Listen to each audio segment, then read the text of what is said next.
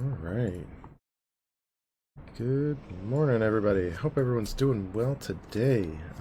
We are going to be diving right into some sculpting here today. Last time we tackled this, last week, we kind of left off building up this arm, right? Still working on it. Most of the detailing on the general form of the arm is about ready, and I'm pretty happy with the results so far. So the only thing left that's really barren at the moment, really needs some work, is going to be the palm. I've kind of left this till the end because I know that, well, a lot of the general detailing that I'm going to be doing in here is probably going to be pretty straightforward. My biggest concern is definitely dealing with the fingerprints. So this is going to be an interesting challenge because, well, A, I have no clue how I'm going to do it. But B, I might have to actually go in and engineer a few brushes for this process, so that could be interesting as well. There could be some potential opportunity to lay down alphas and things like that, but I actually don't have a good resource for that ready to go or anything. So I'm going to have to probably just keep on going with sort of the process that I've done up till this point. Now, before I get carried away into the actual detailing of the palm of the hand like this, there are a few other things that I should probably spend my time on. So I'll likely end up going through and just doing a little bit more general work on the palm of the hand a little bit. But before I do that, I'm just kind of realizing I definitely want to kind of go in and refine down a little bit of the knuckle work here. Some of the wrinkle detail is coming in a little bit strong, so I'm going to go in with my layers. I'll do a little bit in the adjustment layer and a little bit in the cleanup layer where I've been doing a lot of my smoothing. So maybe I'll start with just a standard brush in here. I really like the standard brush for these sorts of forms. What I'm going to be doing is just kind of layering in a little bit of volume. I kind of want to bulk the knuckle form out a little bit more, and the standard brush is just a great brush for this. I know I personally find I get really caught up utilizing brushes like the Damien Standard, the Clay Buildup, or variants of those brushes. It's really easy to kind of almost lose the other brush options that are out there to the madness that is sort of the popular ones. But I'm trying to kind of find my way back to the standard brush more and more these days. It's not always going to be the right brush for the job, but there's definitely opportunities, especially when you're layering in form underneath already sculpted geometry, right? The standard brush is just a great way to kind of build in sort of form underneath all of your already sculpted forms. So, you know, I find myself using this a lot dealing with anatomy if I want to kind of get bony forms in underneath skin and muscle detail. I find I end up playing with this a lot when I'm dealing with that sort of stuff. And in this case, when I'm layering even like wrinkle forms, right? And this is sort of an unusually sort of bulky knuckle structure, but you know, even when I'm doing like more, I don't know if I should say normal fingers, but like if I was doing something like this, I could even kind of layer in like crossing wrinkles or larger sort of underlying broad wrinkles that kind of break up a shape a little bit more, right? So I can kind of just go in. Let's go in with a smaller brush than that, though. See, this poly count is definitely giving me a little bit of grief here. Let's turn that lazy mouse off and see if the stroke comes through a little cleaner. Trying to get a little bit more used to working with brushes without the lazy mouse. It comes with its own challenges, but there's definitely some advantages once you kind of get used to it, especially when you're dealing with the ever developing problem of the stray lines. Right. So I almost want to kind of break up these wrinkles a little bit horizontally.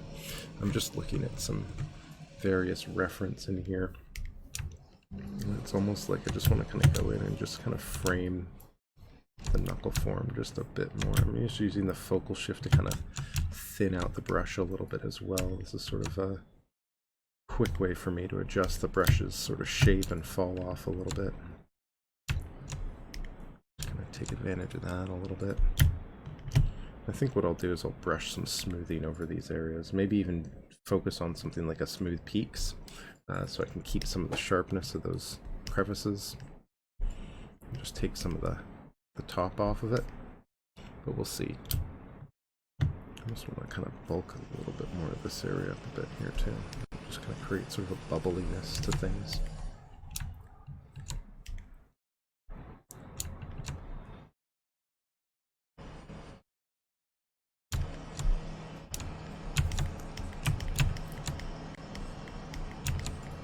I think what I'll do is I'll kind of go down a few steps.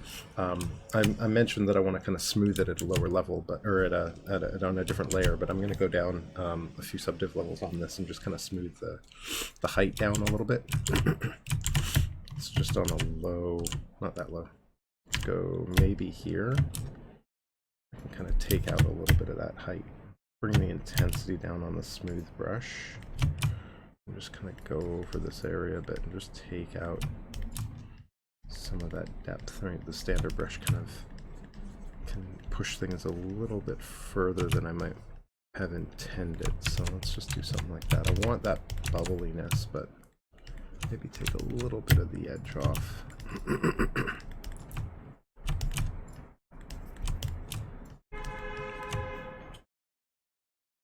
Anything else I'm missing here? Maybe I can layer in a little bit more form down here while I'm at it. Play with a little bit of this shape there. There we go. Cool. Alright, cool. So let's take another look at that at the higher level. I'll go all the way up. While I wait for that to load.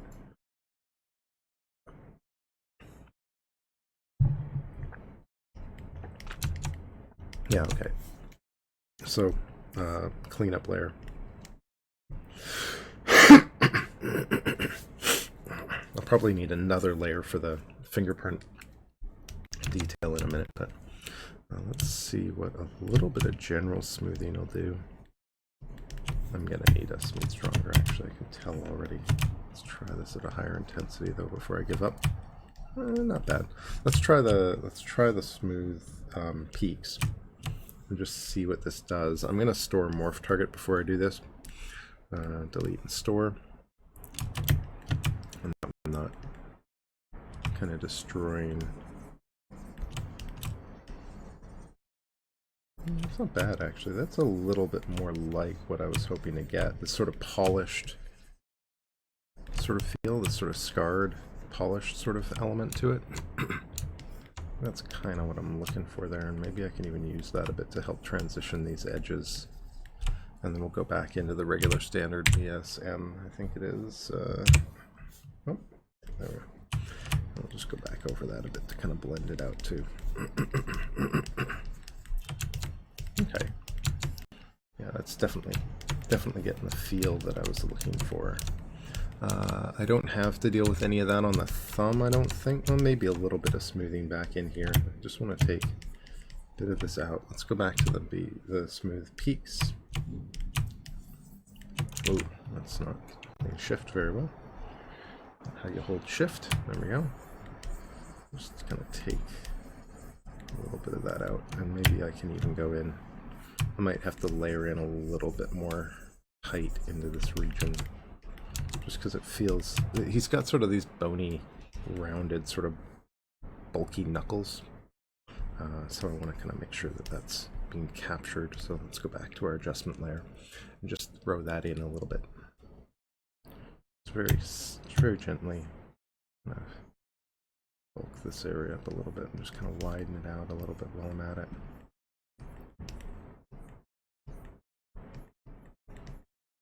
There we go, kind of like that. A little bit much actually. Let's turn it back a little bit here, maybe a little bit here. Yeah, that way when that thumb comes back we get a little bit more of that connection. Maybe I'll even go in and just blend that a little bit. There we go. Cool. Okay, so new layer. Let's do this.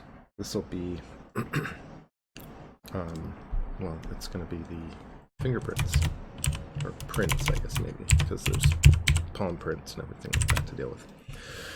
So I need a brush that's going to work on this. I feel like a good base is going to be my Organifier Carve brush.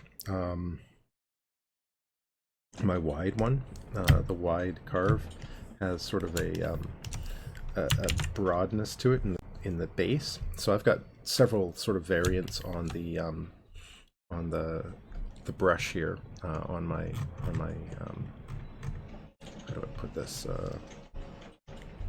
on the my main carving brush, right? So I've got my Organifier Carve, I've got my Organifier Carve wide, and these are sort of my two go-tos. And the Organifier Carve is a little bit narrower, and I think this all has to do with the way I'm falling off the alpha, because the alpha is basically just the Damien Standard alpha, so I'm just modifying a Damien Standard alpha a bit and applying it to a displace brush.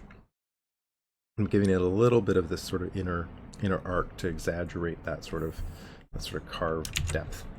But I think what I want to do for this is I want to take this and do the carve wide, and this has a little bit of a flatter front end. So I'm going to do two things here. I'm actually going to activate something that I don't generally activate on these brushes, which is the AccuCurve. The AccuCurve should give me a little bit more of an accurate representation of the curve of the alpha. That's its intended purpose, I believe. And then I'm going to widen the trough a little bit and shallow the depth, so it kind of carves, we lose that edge a little bit more, right? So we're still maintaining a little bit of that roundness, but we get a nice wide base to the trough. And maybe I can play with that a little bit, because what I want to do is create essentially something that I can kind of line up. Do I have enough polygons in this area? This might be too light. I have to see how small I can actually make these strokes.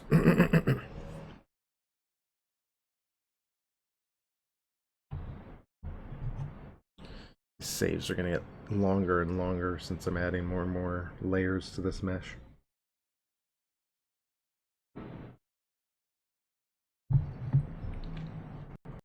Might have to separate the arm out from everything else like I did the head. That might work. It's really hard to notice. Let's see if I can bring up the strength on it a little bit more.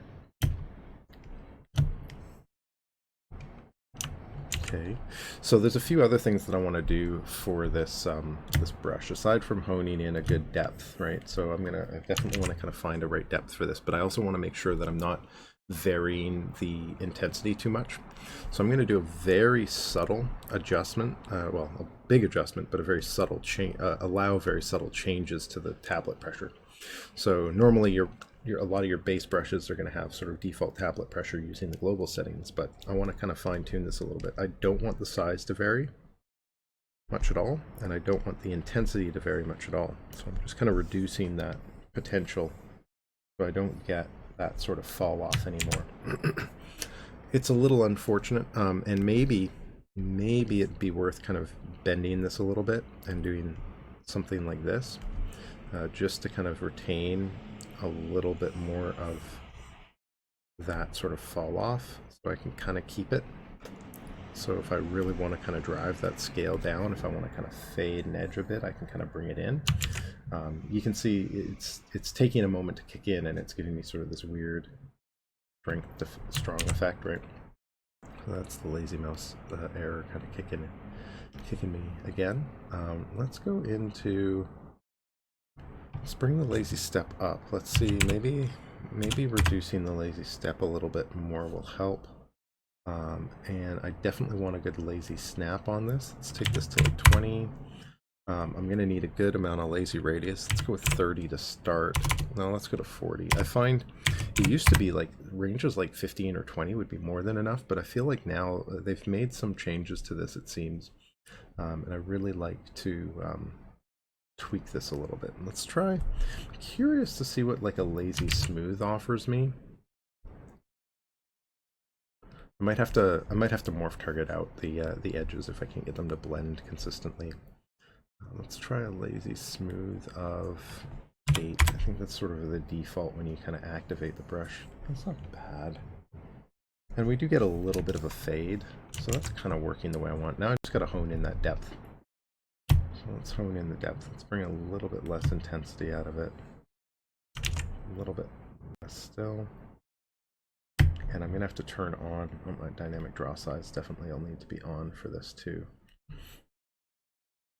Right, that dynamic draw size is going to be really critical to making sure that I maintain a consistent size to the brush. In fact, let me thin the wide point a little bit more. I'll just kind of arc that a bit. I don't think I need it quite so big. Probably a bit better, and then with a bigger brush that should fall right into place.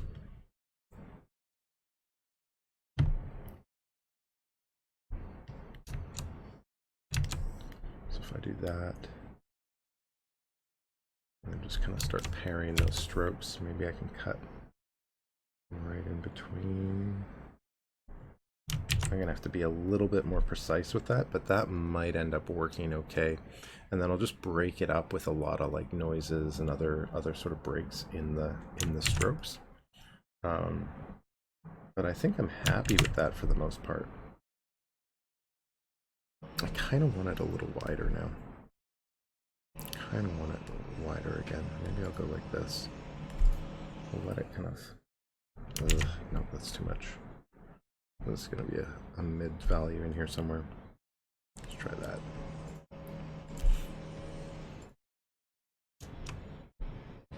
That might be okay. Slightly smaller brush, and then I think I'll be set. Let's try it at 9. Oh, and of course I can't do that.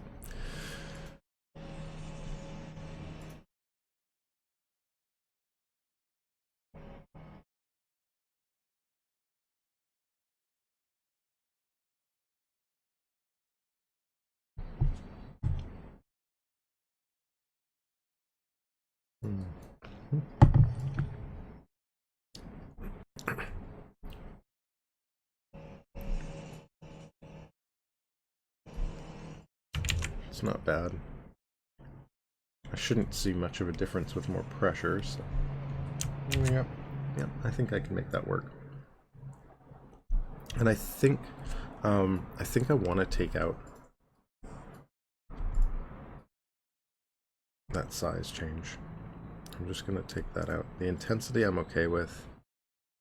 That size change, I really want to keep that nice and consistent because I don't want it to end in any sort of weird way. Maybe I'll widen it just a touch more. I'm like slowly finding that sweet spot for this. Let's try that.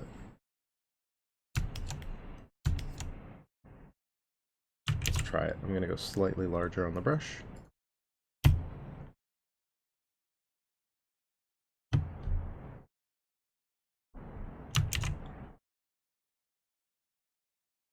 Slightly bigger still.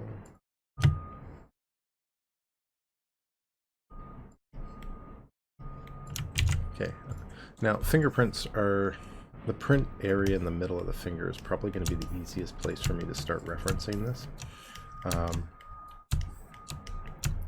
So I'm going to start in here and see if I can kind of get the hang of it mostly, right? So let's see, I've got some fingerprint reference here that I can use. Let's just start right up in here. I'm just going to start with just a nice, let's even up the lazy radius a little bit more. Let's go to 60. And I'm going to save this brush actually as well. I just want to make sure that I've got this Organifier carve wide fingerprints. Just so that I know that I'm using this for that. So let's see if I can kind of carve these shapes in properly. It's almost like I want to start with a nice sort of looping. This is going to be a bit tricky, right?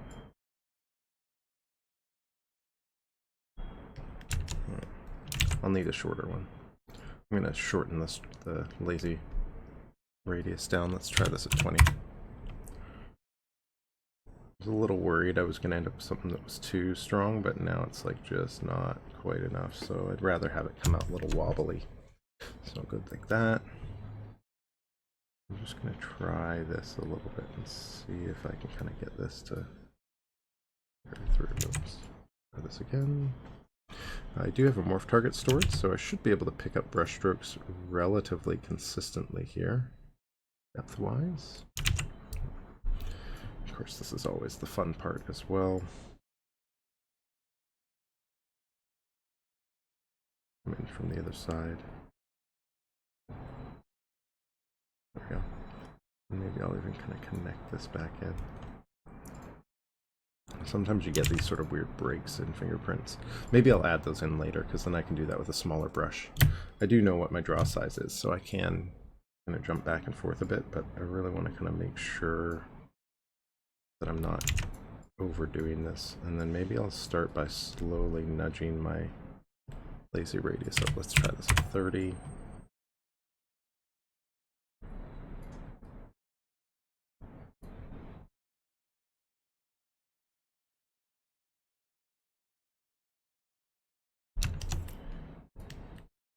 That might end up working. I think with a little bit of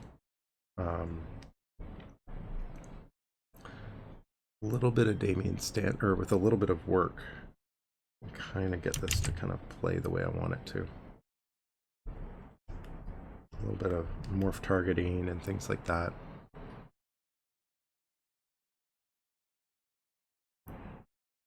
Do this one.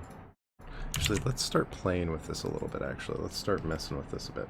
So instead of just carving off of the same shapes over and over again, I'll just start kind of branching. So you get these sort of branching shapes off one another. Let's try that a little steeper.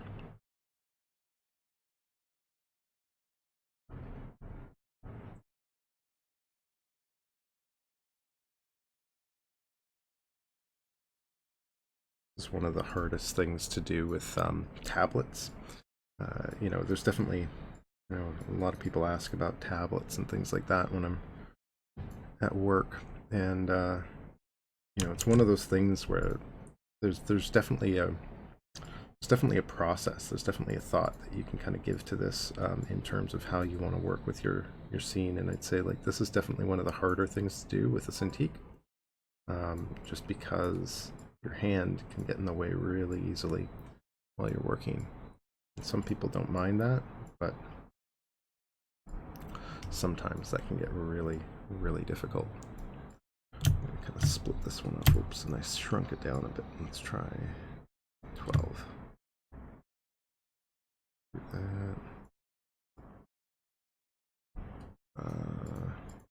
Yeah, let's actually do that. Let's do this. Let's go a little wide. Actually, you know what I'll do is I'll just do this from here. Try to maintain the spacing as best I can, and then I'll just stop it here. Carry this off around it. And slowly start kind of adding the interesting little breaks and variations. Do that a bit. I really wish I'd kind of swung these a little deeper. I think what I can do is kind of do some wider. In fact, let's do it this way. Let's do a little bit of a narrower shape in here.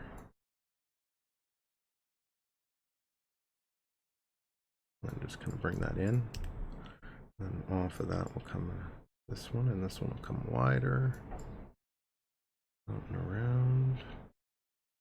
Maybe we'll end it through here somewhere. We'll pick up another one through here. And just kind of continue that along. I've got that stroke snap on, so I can kind of really build into these really easily.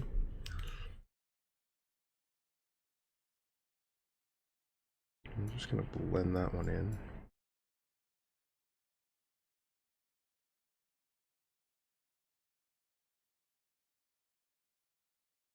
And just squeeze this one through here.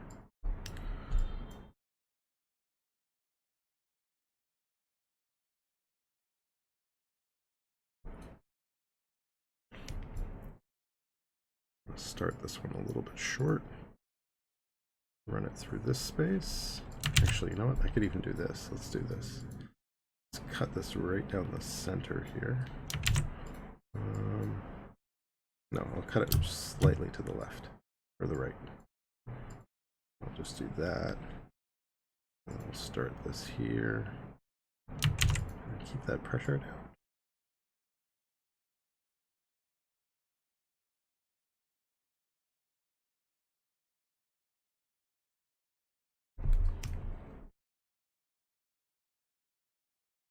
End it here.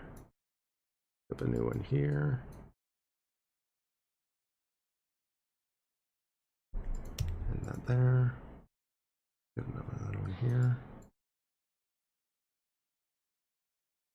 Maybe do a short one through here. I think what I want to do is kind of go back in with like a morph brush and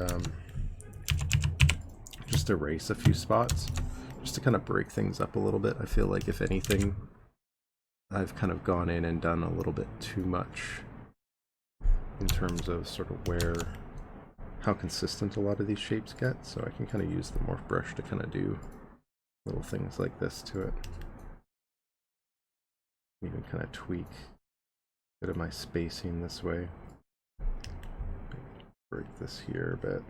Just kind of let that go, and then maybe I'll go back to my brush.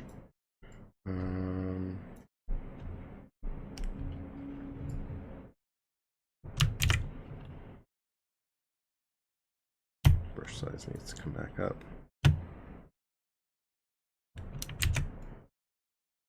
Another one in here. This gap's a little bit big. I'll split that, and I'm actually going to kind of go in wherever the gaps get a little big. I'm just kind of squeeze in another line.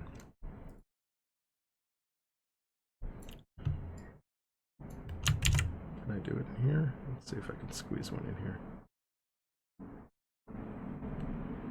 Not bad.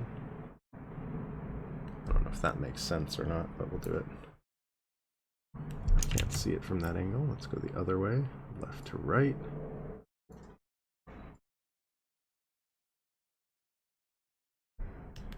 Yeah, not bad.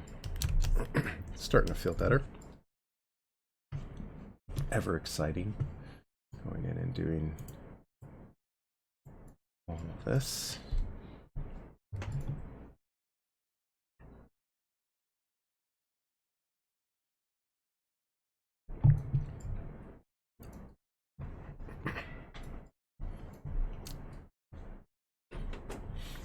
One of the neat things is I might actually be able to get away with only doing this once.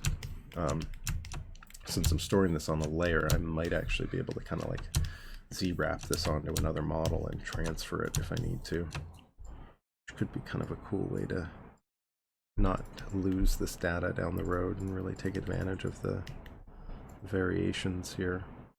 I'll pick this one up here. Run that like that a bit. Kind of want to adjust this shape so it kind of bows out. That like really strong sort of flowing form here. That's a little weird. Just gonna kind of erase those two sections.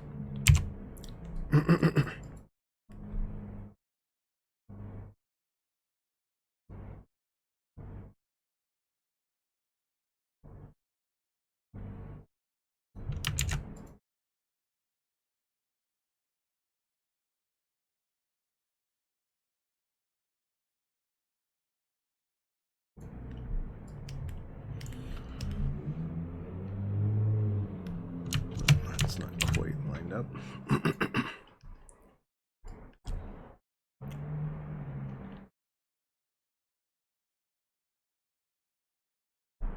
And if I find like the overall result is a little too depthy, I'll just use the morph brush to kind of bring it back as well. So this will give me a lot of control over it.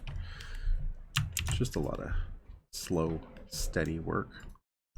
But I should be able to get this done before the end of my lunch.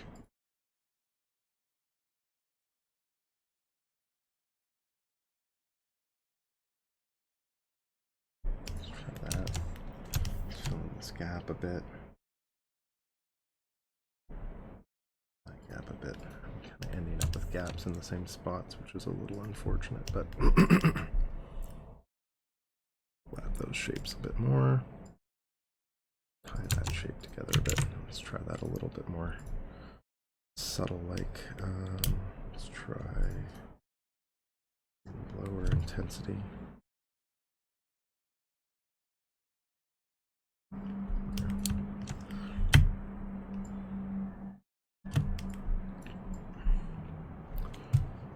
Sure, I still got my reference visible here. So I kind of want to start really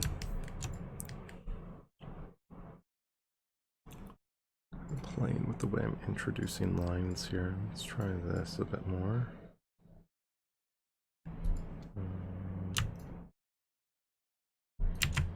I basically just want to kind of get to a point where I'm not running these across so much, so maybe do like a line in here, and a line in here, and a line here, and maybe we can connect that a little bit, do something like this.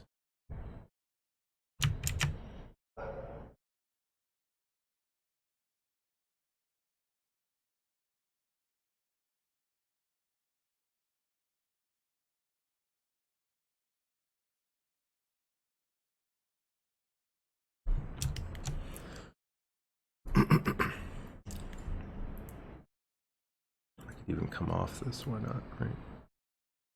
Kind of start going, let's go like out and just kind of work our way out to a point where we're kind of just leaving the finger behind. We could do this and just really break that up.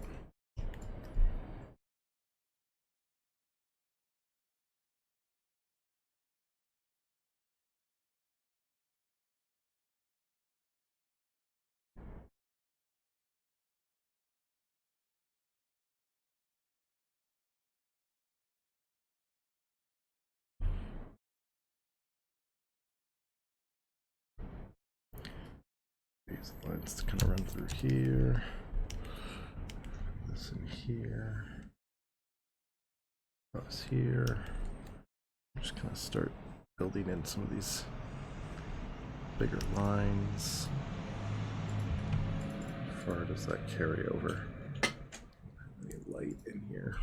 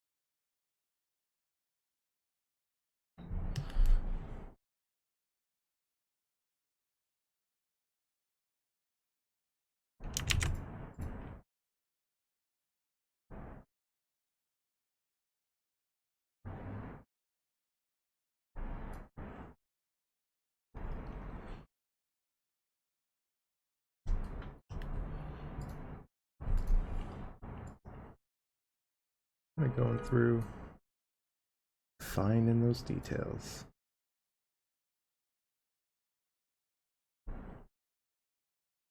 A little bit more. I don't know if this is the best way to kind of run these. I'm feeling a little weird here. I think what I'll do is I'm gonna actually go in with the morph brush and just kind of erase this hunk here and just continue this through from this stroke down here a bit more. I just don't like the way that that's looking. Just a little too, like, I don't mind the gap in here for some extra details, but I was just trying to skip too much at once, you know.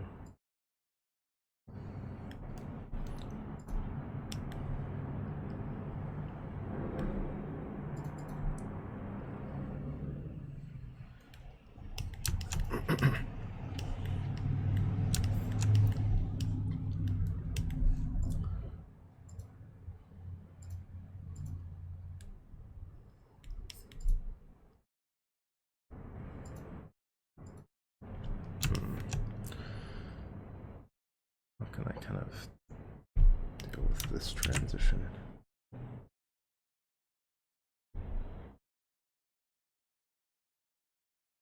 Ooh, I think I know.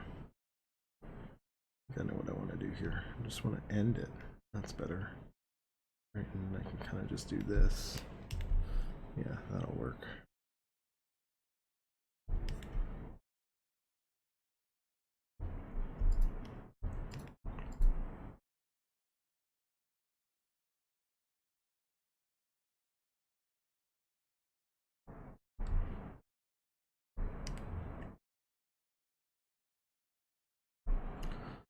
Connect those in. Oh, not right. Tie this together then. It's not a great stroke either.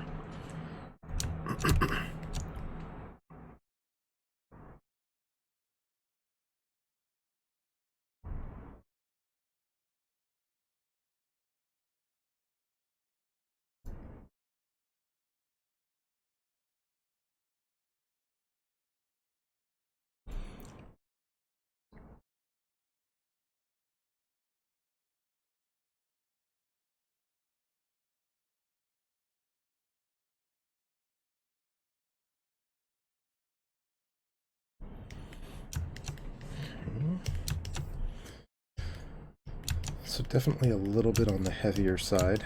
The brush isn't quite giving me exactly what I need right off the bat, but I didn't necessarily expect that either. I was, you know, moderately hopeful, but that's okay. Should probably go in and smooth a little bit of the surface down. You can kind of see some of the artifacts left behind from the sculpt. Clean that out a little bit. Probably lose most of it in the close enough in the rest of the detailing, but that's okay.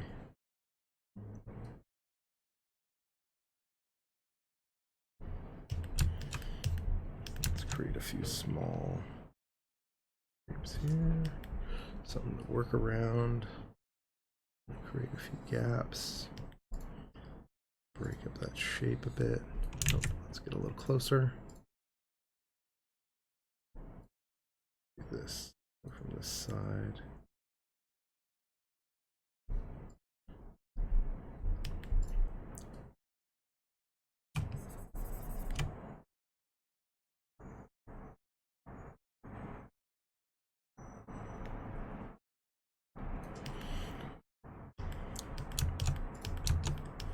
What I might do is like a smooth peaks, just to see if I can kind of clean up the shape a little bit more.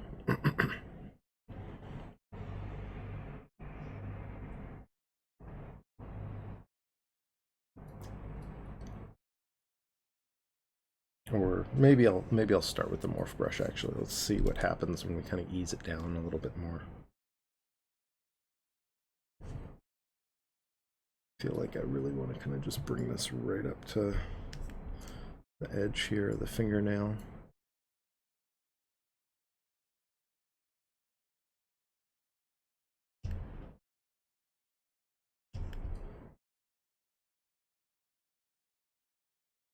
Just kind of start keeping this a little bit simpler, just so I can kind of speed it up a little bit. I think we're getting to a point at which these adjustments aren't going to make a huge difference, or the visibility of this is going to get lost anyway. So I'm not too concerned. Still getting a lot of pressure change, so I think the middle of the finger kind of started out a little bit heavier. Maybe that was just my intensity adjustments over the time. I definitely feel like I'm getting some variation out of these strokes that I didn't have before.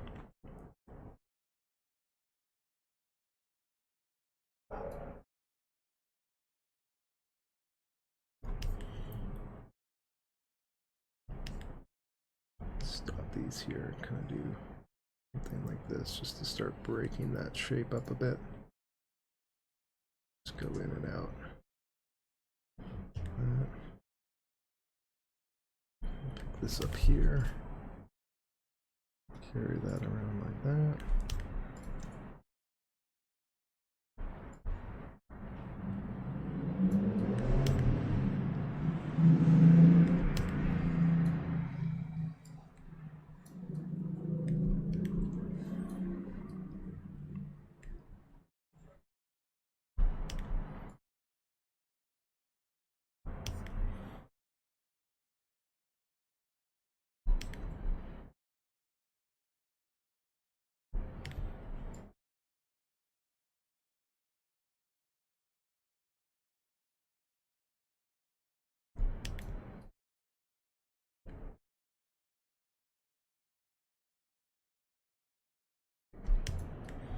Okay.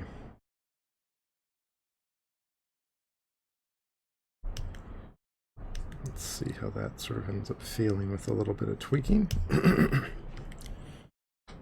Simple experiment, you know, didn't take too long. Let's try the morph brush here.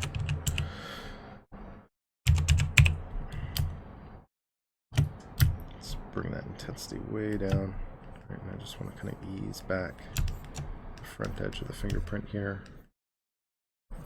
Just kind of slowly take back that intensity a bit more. I think I found overall sort of the sweet spot that I'm looking for in terms of depth. So yeah, that's starting to give me sort of the basic read that I really want out of it.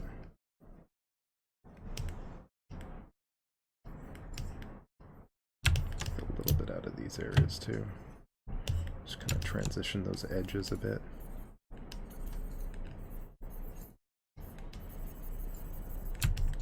Especially back in here. There's a bit of smoothing too. Some weird artifacts in the nails. Must have come from the reprojection, but there we go. A little bit of that, a little bit of that. Just morph that back. 4 more fingerprints to go, and the rest of the fingers and the palm and everything else. All right. I'm gonna work my way down the rest of the finger actually. That way I can get one finger done at least here. 10 I think is like the size that I really liked. So this is sort of the same idea. Let's start with sort of the arced region down at the bottom. Right, so I want to kind of get this in here. Sort of create this shape. I'm just going to start by creating the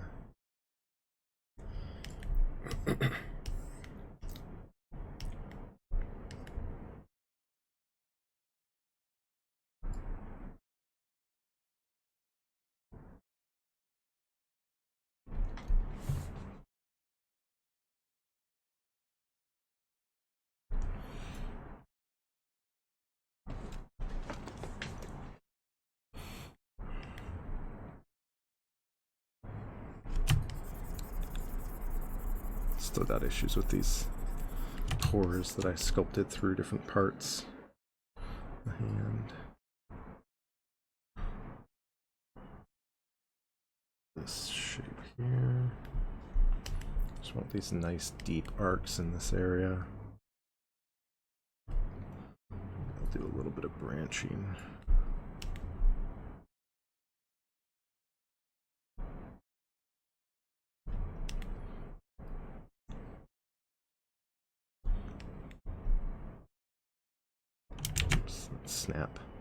Snap got me. Let's even isolate this finger. This is just silly. Why do I need the whole hand visible for this? Let's go into my brush list. Oh, actually I have this down here. Select lasso. There we go.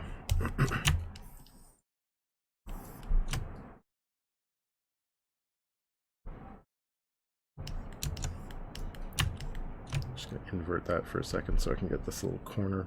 Probably won't need it, but you know, the fingerprint might bleed a little bit into that side edge. I don't want to lose track of that. So definitely get that from this bit here. Oops, and I forgot to hold Alt.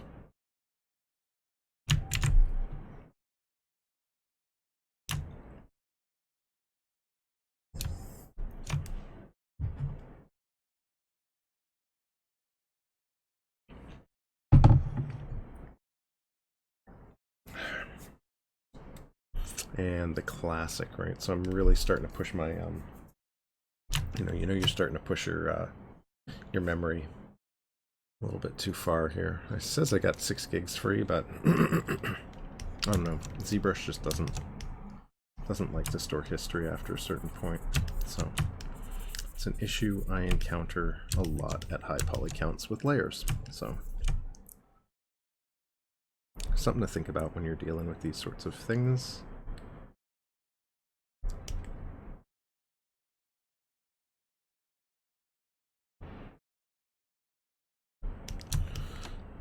keep layering up these shapes. Let's split this into two here.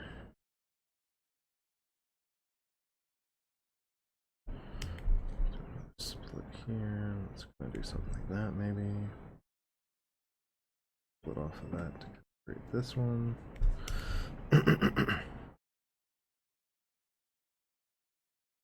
I almost want to kind of get to like a flat point up at the top, so I'm going to work my way back up from the top now. Flat lines, very horizontal. So the lines run in through here. An odd little island shape here, and then like maybe a little bit of a break over that. Oops, that's a little bit much.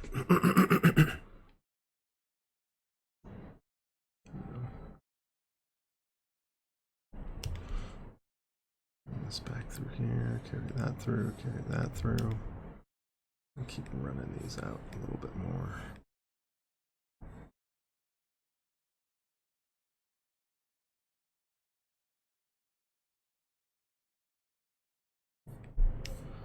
Make sure they come out far enough on this side too.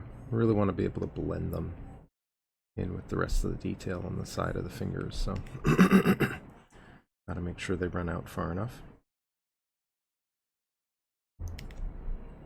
That was a little bit of a weird one. I'll redraw it.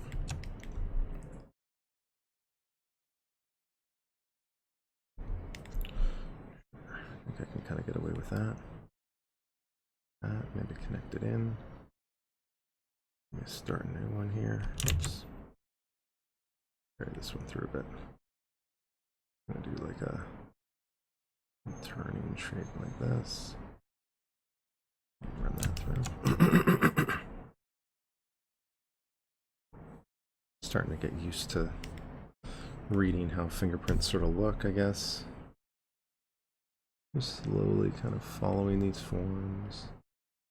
I'm gonna kind of bit by bit kind of compress these shapes so I get a little bit of a nice roundness, sort of fanning out these edges as we work our way down, so I can kind of build into these arced shapes down at the bottom. Slowly kind of merge and shallow the flat lines, the arced lines. So bit by bit we'll kind of shallow the arcs, and bit by bit we'll arc the shallow parts.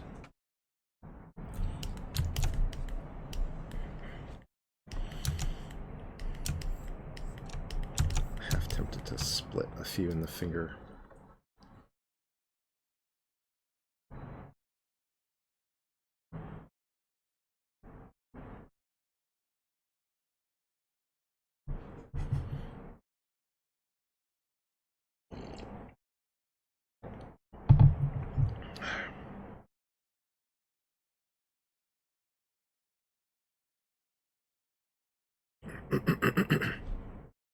Oops.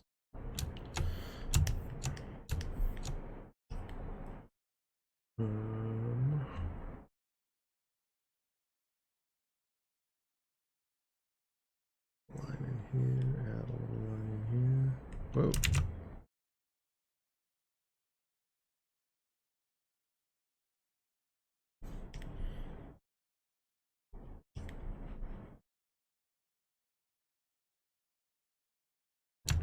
I want it to kind of pop up here and just break this up a little bit more, I think. Some of these edges just felt a little bit too... Let's go with a smaller brush and just break those up just a little bit.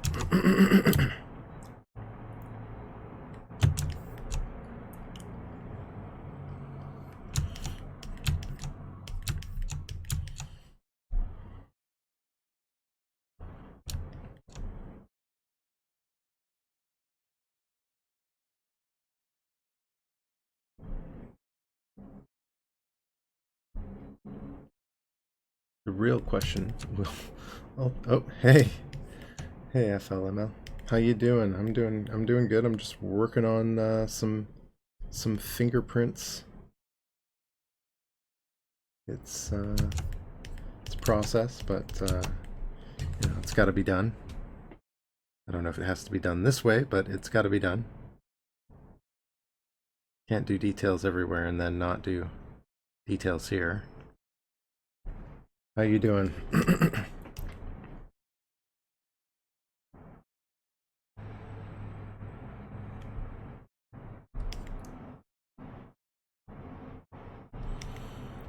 going to leave a little bit more spacing in here. Yeah, I'm not entirely sure if they've got a name outside of fingerprints. I really don't know exactly. I mean, I'm just referring to them as fingerprints. But yeah, they probably have specific terms. I know there's like shapes and stuff, right? You got like different swirling shapes and things like that that have names. But I don't know the specific names of those either.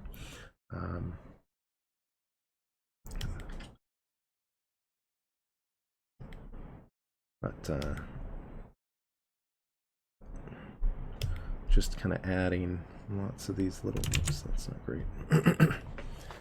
Adding all these little lines in. How about you? You working on anything?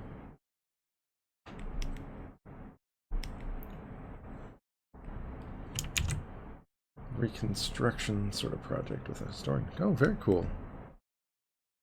That's very interesting.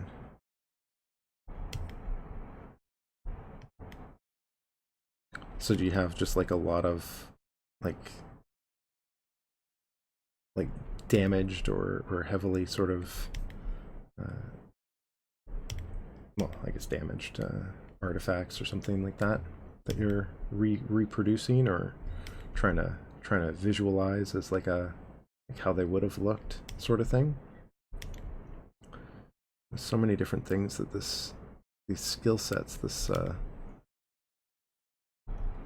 sort of industry can offer in this regard. I always find it interesting. The people outside of sort of just the media and entertainment industry finding opportunities, doing some really interesting projects.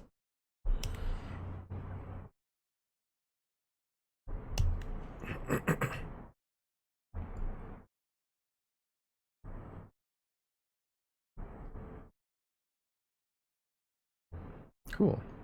Very cool. So will this like end up in like a museum as part of, the description of how things might have worked or looked? Or is it like for like a video series?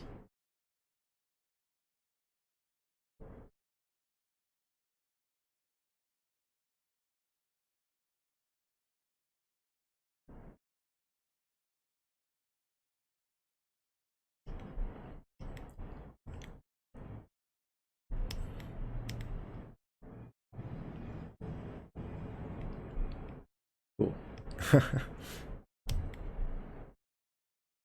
There's only so many options, I suppose, but yeah.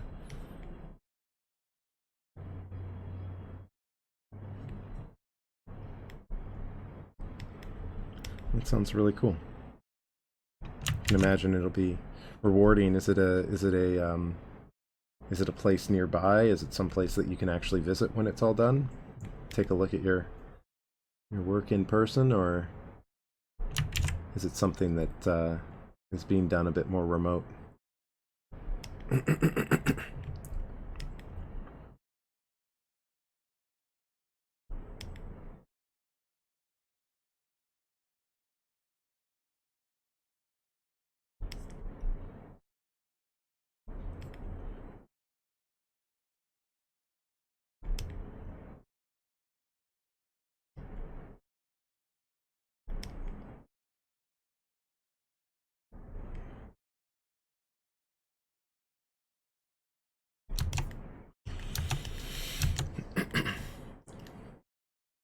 Oh, very cool. Yeah. So do you have like a VR set at home as well that you can kind of use to visualize, or is it something that you kind of have to experience more abstractly before seeing the final product all come together? Well, at the rate that I'm moving, you're probably going to have to wait a while, but I'm hoping that actually, well, no, really, I'm hoping that once I'm through with a lot of this detail, there's not much else really for me to do other than maybe go back and touch up some of the work in the face. And then it's into the game res and texturing, which will be quite exciting. So yeah, I maybe it will be sooner than later.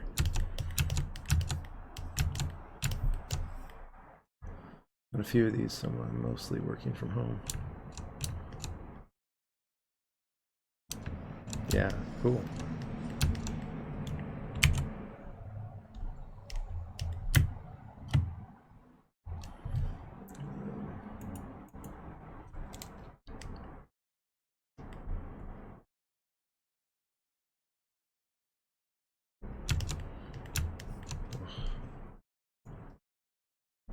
I feel like I'm going to be seeing fingerprints in my nightmares.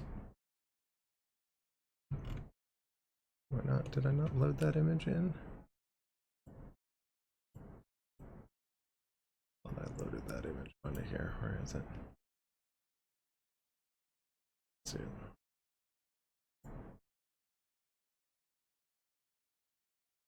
It's somewhere. There we go.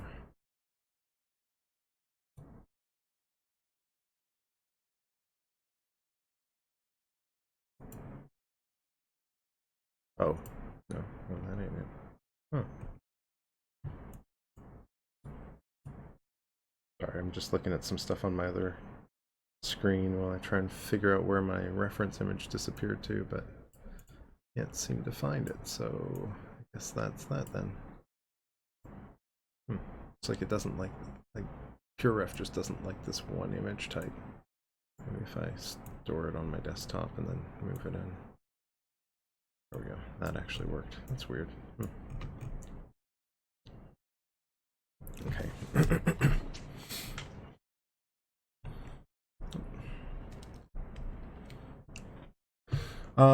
Yeah, it's you know, like most of the work that I do, it ends up sort of becoming an educational project or stuff, resources that I use for teaching. It's an educational product for myself, of course, because I'm learning a lot about these techniques that I'm using. You know, this is the first time I've ever hand sculpted fingerprints before. Probably the first time I've really taken the time to finish a hand sculpt, actually. It's been well, not the first time, but it's definitely been a long time since I've finished a hand. And it's definitely one of the first times I've dealt with pushing a lot of the hand detailing. So in that sense, it's very much like a learning process for me. But as far as you know, using it for my classwork and courses and stuff like that, it'll definitely become sort of an example file that I'll be using. But and of course, this sort of documentation could be good to reference back for students as well. You know, one thing that I don't get to do in class is sort of sit and actually work. So it's nice to be able to share that with people a little bit via this live streaming process, you know. But as far as the real intent of this, it's really just meant as a portfolio piece for myself to as sort of a way for me to get more experience in game art and show that skill set off a little bit more and practice with that skill set. So I guess that's sort of the other educational side of it too, right? Is that I'm using this as sort of a jumping off point for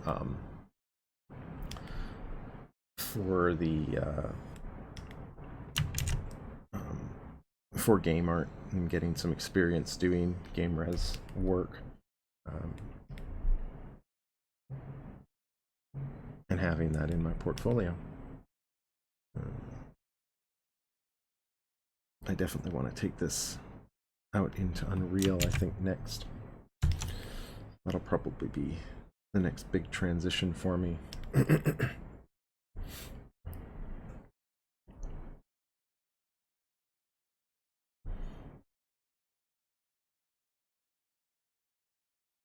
little bit of this.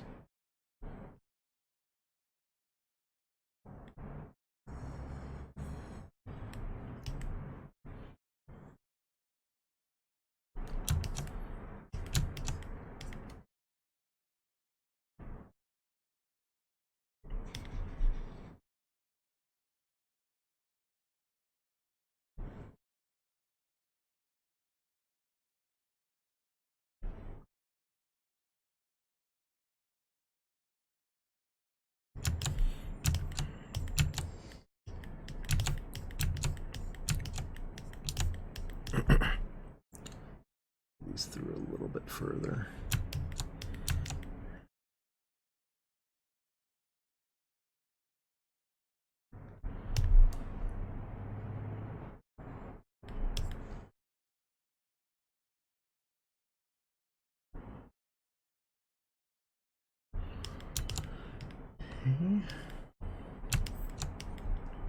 This has also been a good opportunity for me to learn the ins and outs of my brushes. You know, it's really nice to kind of get in and just kind of better understand how I can better use my brushes, how I can kind of take advantage of them in different ways.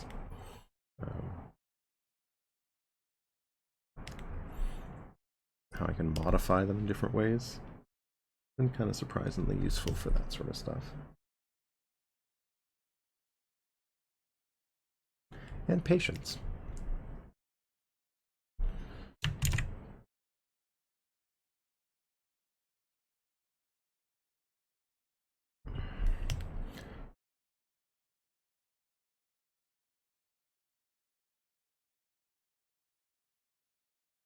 If I was told a few years ago that I'd be sculpting pores on a model one at a time and sculpting fingerprints, I'd be like, why? And now I really know why. It's not as hard as it might seem, and while it might be time consuming, it's super effective and rewarding. Not regretting any minute of them. Yeah, you definitely have to have the patience, and also, you know, it takes, you get good at certain aspects of it too, right? Like even as I'm doing this, like I'm getting bit by bit better at really controlling my strokes, and that'll hopefully lead to, you know, a faster and faster result as well, right? So I might be able to kind of get through this a little quicker, which is really, you know, a nice benefit. You know, next time I need to lay down that perfect stroke somewhere, I can kind of hit that mark a lot faster. So, you know, it's just, yeah, all of it's just practice at the end of the day, right? It's all part of that skill that you're building over time. But you know, at the same time, you certainly don't need to do this to produce great work. That's for sure. There's lots of artists doing some really nice stuff without it, using, you know, the more traditional texturing XYZ stuff and things like that. I think it's just an interesting exercise. You know, I might not consider, or I might not have the time to use this in a production environment, so, you know, this will make that other stuff seem easy, I hope.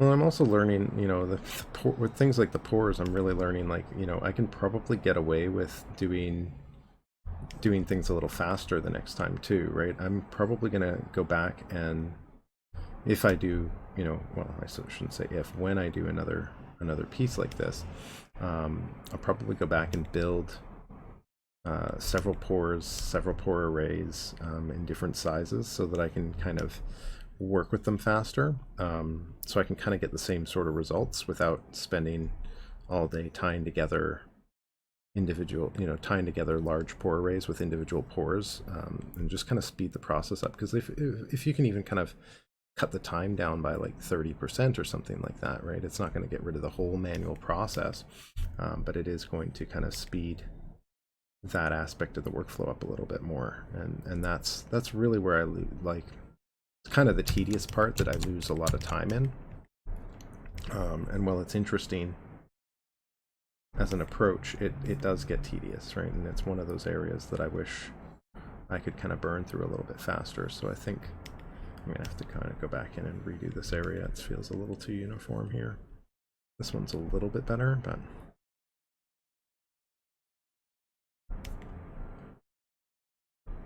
should end these shapes a little bit more often like that. That works really nicely. I keep going through this and just kind of add little details like that.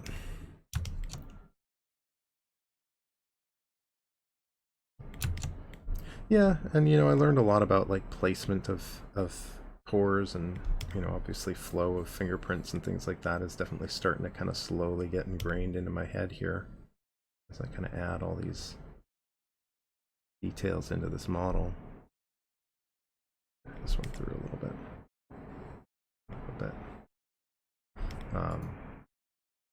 At least enough to get a convincing look. There's also sort of an artistry to it. You know, one thing that artists like Chris Costa, who kind of really introduced this technique to me, talk about is this is more about the artistry than accuracy, and I find that aspect of it really interesting because, you know, so much of the work these days isn't quite that same sort of artistry, right?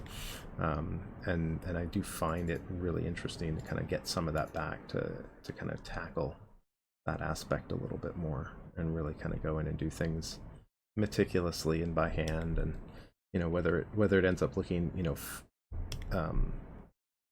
accurately real or just sort of real enough or artistically real or whatever you might want to kind of call it, right?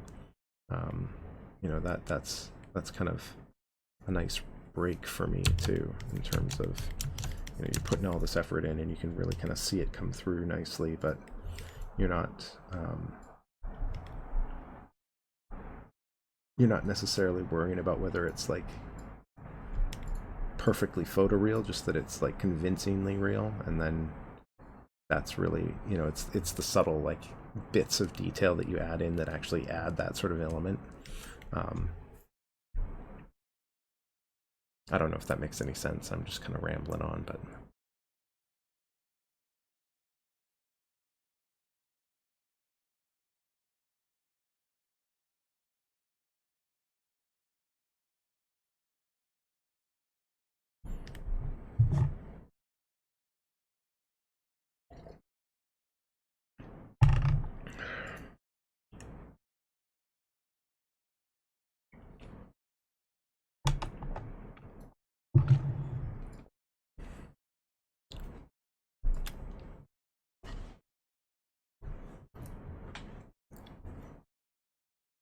and you know, the placement stuff will be helpful. You know, kind of like what you mentioned there, right? The placement of things like pores and stuff will be helpful. Understanding that and having done that more manually will definitely give me a better appreciation for when I do apply the, you know, the more traditional or faster sort of texturing XYZ techniques and things like that too. At least that's the hope. Let me go in and clean this edging up a little bit with the morph brush here. Excuse me. Sorry about that.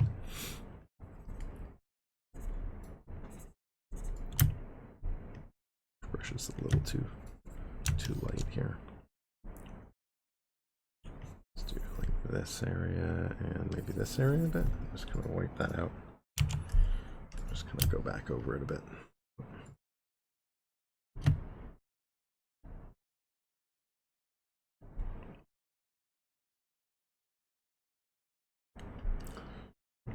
Break up these shapes a little bit. Maybe what we can do.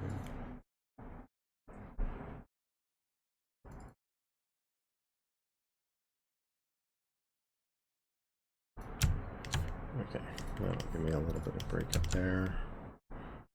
We can do a little bit of just general connecting in here. Like this. Oh, well, that'll work.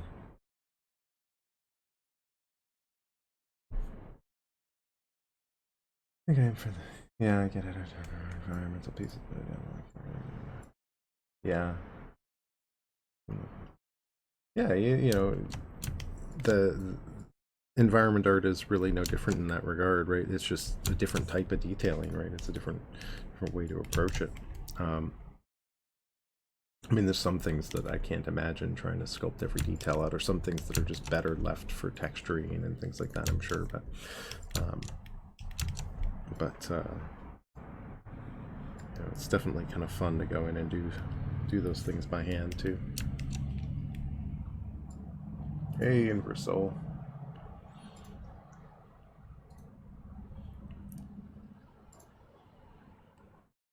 Thighs, yeah, thighs are hard. Um, they're tricky. I agree. There's a lot of there's a sort of subtle complexity to the forms in those regions in particular, thighs, and even to some extent like the transition around the hips. I find is really tricky as a result, but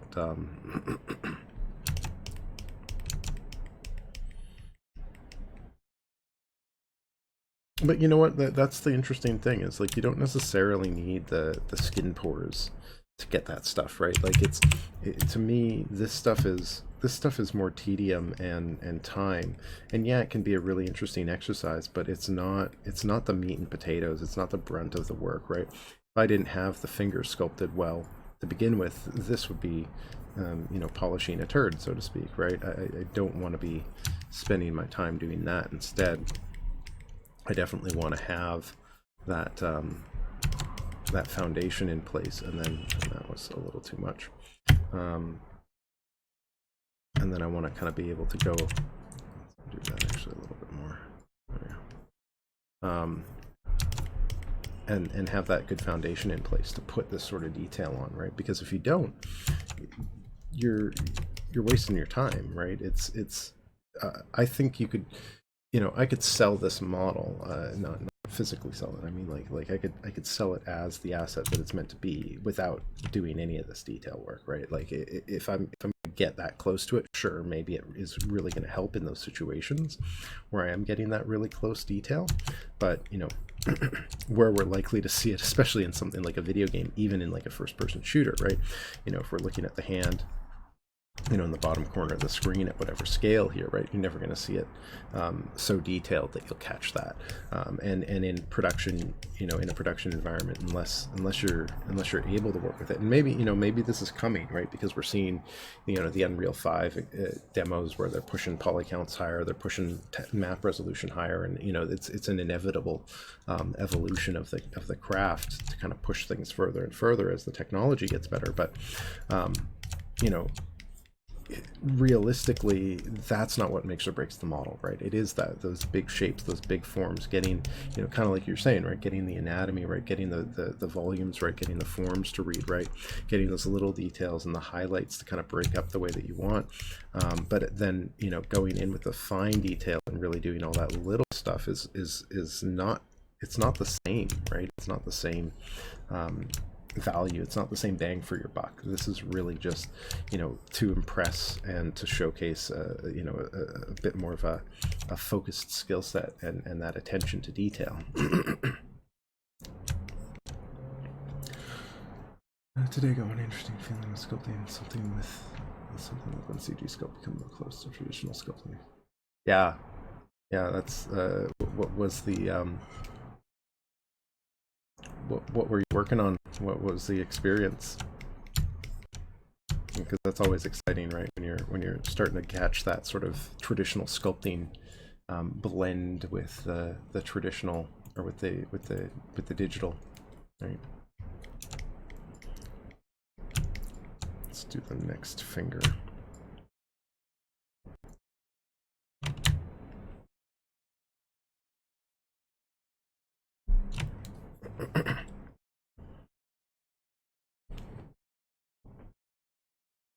So ring finger, eh?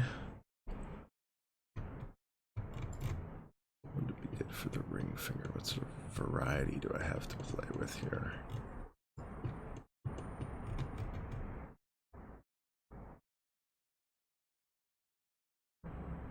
I want all those.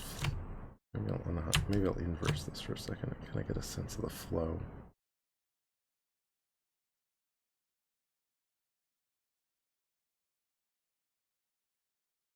So I'm going this way.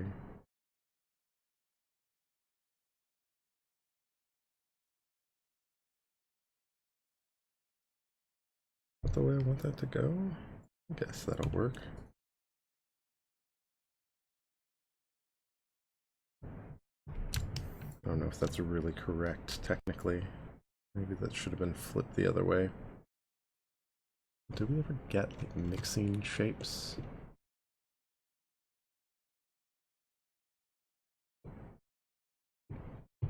Alright, I'm just looking at my reference a bit to see how consistent the flow on fingers tends to be.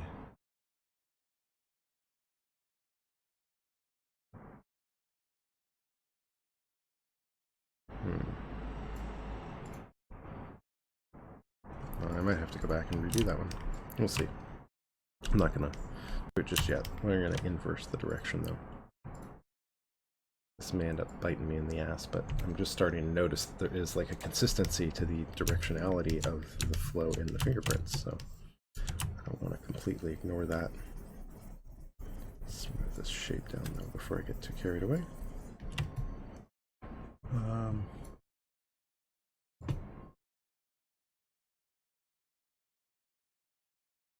Oh. So you stopped using symmetry, posed your character, and then did detailing? Yeah. Yeah, it really does. I did an anatomy study asymmetrically, and I've sculpted a few heads asymmetrically as well. I really like the process. I really like the feeling it gives. The only reason that I don't do it more often is really because the detailing process that I apply with things like the pores is just so much faster when the model's symmetrical. So I kind of end up breaking symmetry later. It's not impossible to work around if most of your asymmetry is happening in certain areas, so I can kind of get away with more asymmetry in the eyes and things like that, but maybe if I build out more small patches of pores I can work more asymmetrically, which I'm hoping to do. But whenever I've worked asymmetrically I definitely get more of that traditional sculpting feeling. Trying to hide all my mistakes some better way. So I need the smooth stronger brush.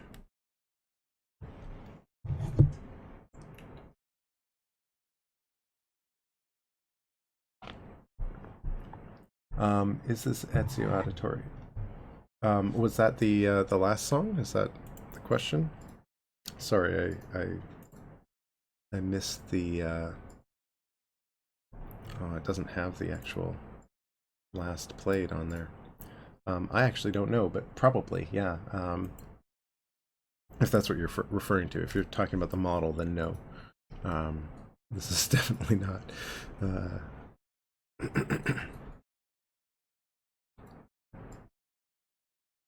Oh, yes, that's right. Yeah, all the assassins. Well, I guess some of the assassins, not all of them, right? I think some of them had all their fingers, but a lot of the other ones were missing fingers, so that the dagger could, the hidden blade could slip through without causing issues. Ooh, fix that there. Yeah, smooth stronger, gotta love it. You know, I think I saw a few issues like that on some of the other fingers too. I'm gonna have to go back and make sure that those aren't causing problems for me.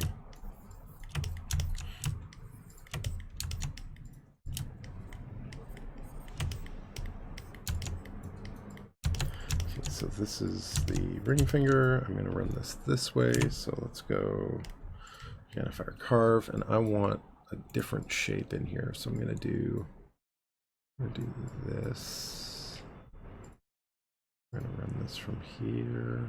Is that the right size? No, that's not the right size. Okay.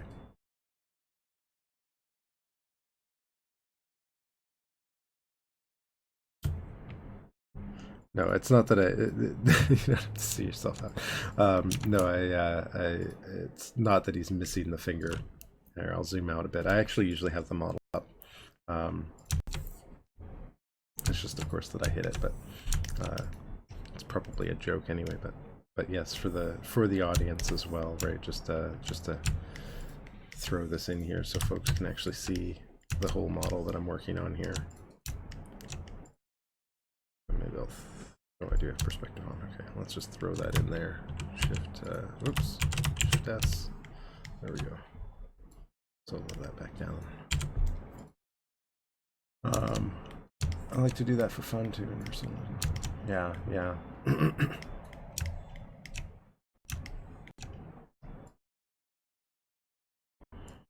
Yeah, I did a fun anatomy study. I was originally just like isolate it, and then I slowly ended up building the model out more and more into like a full asset. No regrets. Funny how things can kind of balloon out of control though when you're sculpting. Come on. There we go. Come on, frame up. There we go. So I'm gonna do, let's start out here. My draw size set. That what I want? No. A little longer. I go back on itself a little bit and just kind of leave it, maybe? Something like that. And I want to do like maybe a loop around that.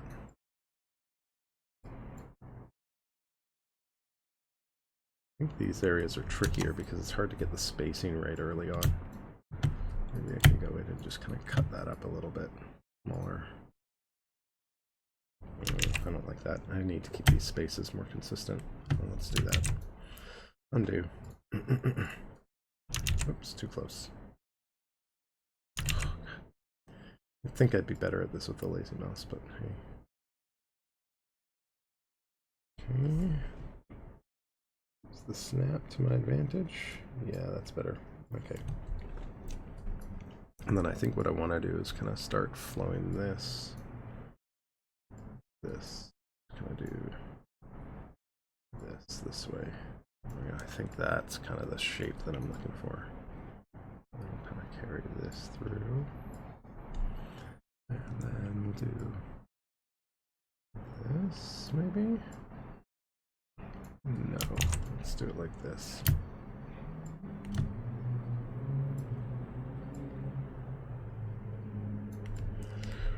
I'll pick this one up and kind of go like that.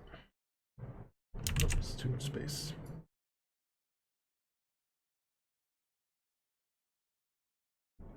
There we go.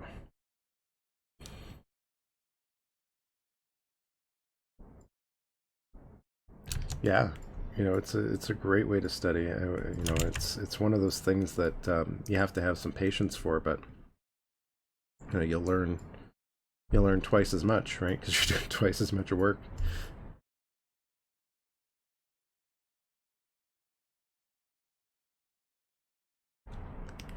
Let's go like this. Actually, let's start this one in here. I think this is all going to be about like breaking these up into shapes and shallowing this down.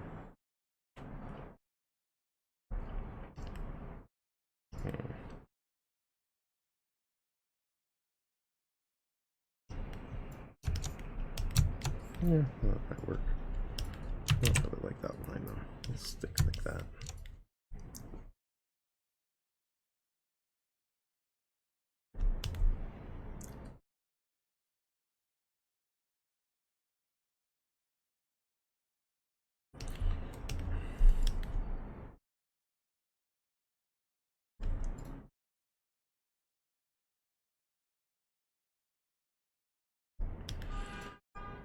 Working our way through. Definitely feel like my intensity could use another adjustment, but you know, I think I'll be okay with where it is. Always doing that. It's like, oh, I think I should do this, but I think I'm okay with this. The brain just does like these constant switches. It's like, no, you know what? It's not worth changing. Maybe it is. Maybe it isn't. Maybe it is. It's probably not.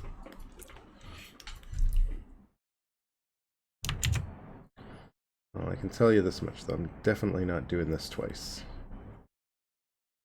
This arm is getting mirrored one way or the other.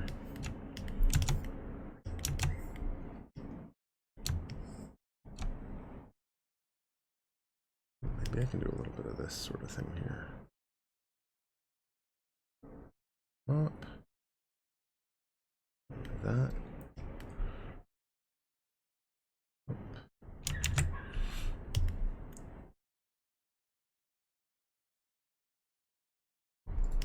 There.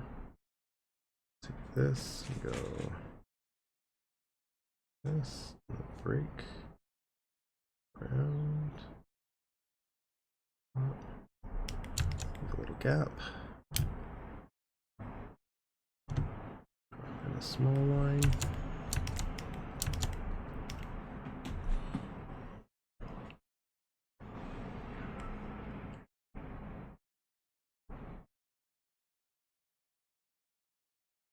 This to here.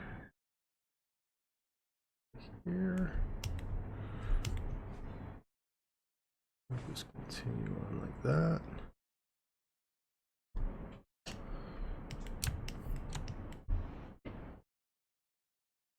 Default Ryan skeleton.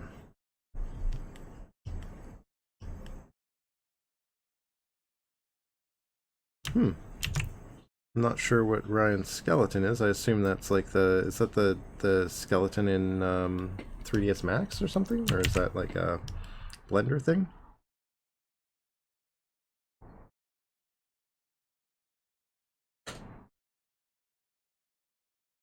Oh, I know what you're talking about. Ryan Kingsline's Z-Sphere maquette thing, right? His little posable guy, right? Yeah, that's usually what I do. Just take that thing and pose it out and sculpt it up.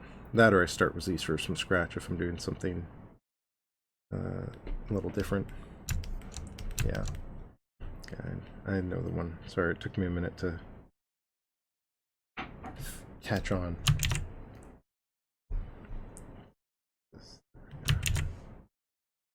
Curves. There we go.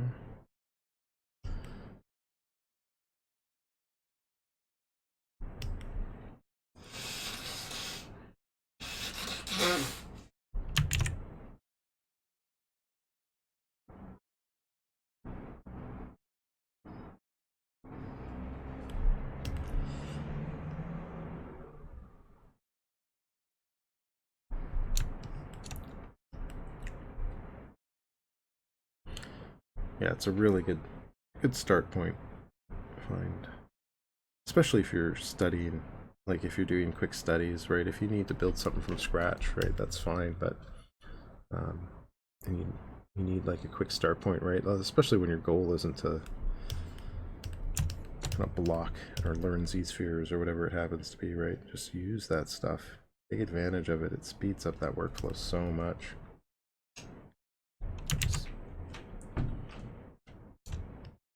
Yeah, I use a lot of spheres myself when I do things. I usually start with heads when I'm designing or concepting or like blocking characters out. A lot of the time, I mean, to be fair, most of my models have all started as in-class studies, so you kind of end up with these models started from spheres, because it's like if I'm just doing a head, right? If I'm just doing a head study in class, and then I take that far enough and I decide I want to kind of push that into something that's more complete, right? Then of course, that's just the start point for it. Yeah, a lot of the time I'll be starting from that same sort of thing, right? Either a sphere for like starting with a head, or the Ryan Kingsline man for like a character, unless I'm doing like a creature type thing, and then I might consider using just either you could throw together something from the Zizu if you want. That's a new tool set that I haven't taken the chance to really dig deep into, but looks interesting. Although I don't do a lot of like animals, but it's there, so why not? But I think I'm gonna have to morph this out. Let's kind of go back in with the morph brush here. I just don't quite like the way that this shape kind of ended up mixing with this shape.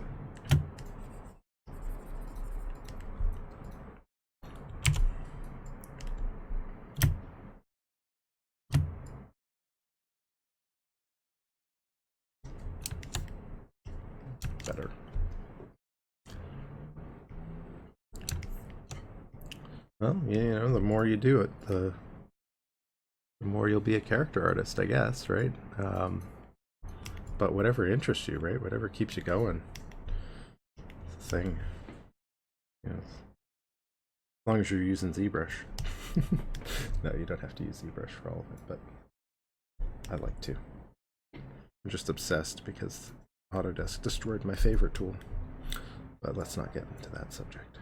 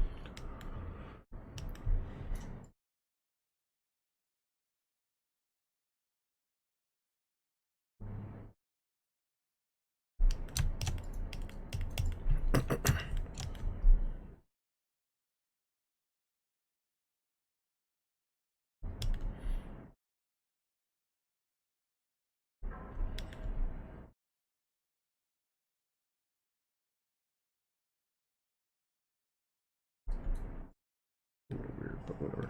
I think that'll be fine. Split this a bit. There we go.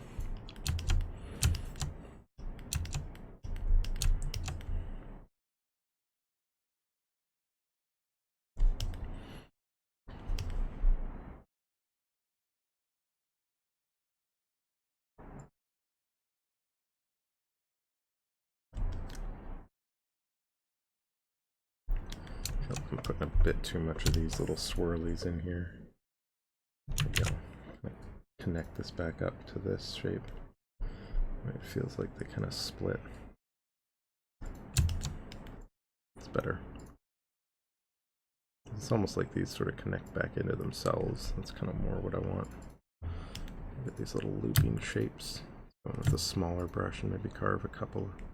Oops, too small. 7? Yeah, 7. Can I do that? That's better.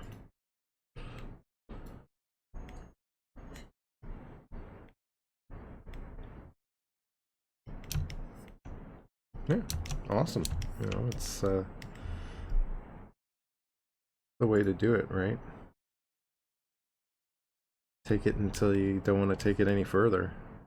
Because I mean, really, you could spend forever on it, right? You could. That's not necessarily the right way to approach it.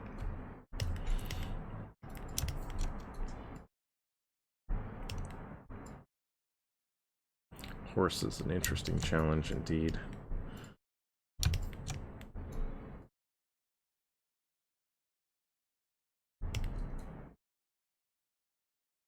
A lot of animals that are kind of interesting, present some interesting challenges. Horses are interesting because they're, you know, they do show up a lot in games and things like that, especially, but they've got lots of interesting anatomy, visual anatomy elements that can kind of be played off of. Lots of bony forms, I find. It's been a while since I've sculpted like a head. I don't think I've ever done like a full horse body or anything like that, but I used to run an assignment where I'd have my students sculpt an animal. And a lot of the time I'd demo with like a horse head or something like that, and even just the head itself was an interesting sort of observational challenge, kind of catching some of the forms. I always like seeing animals done really well.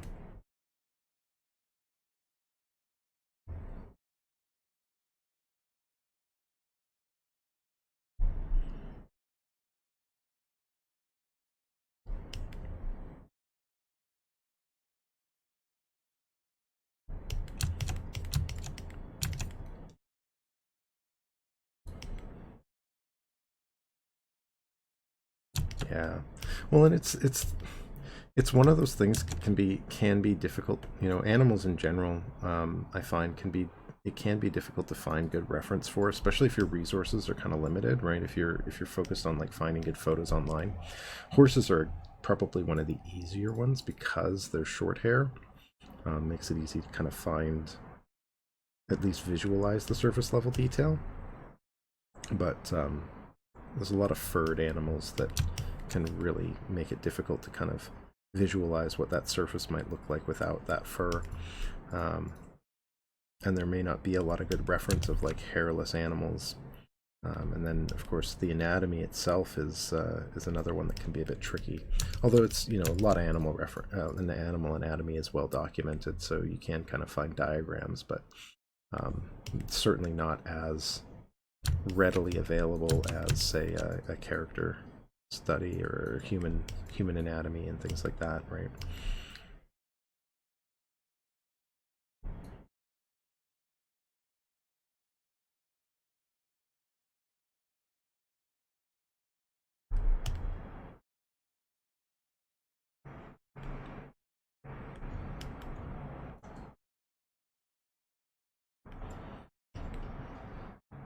Trying to kind of incorporate some more shorter strokes into these areas to kind of break things up in the fingerprint a little bit more.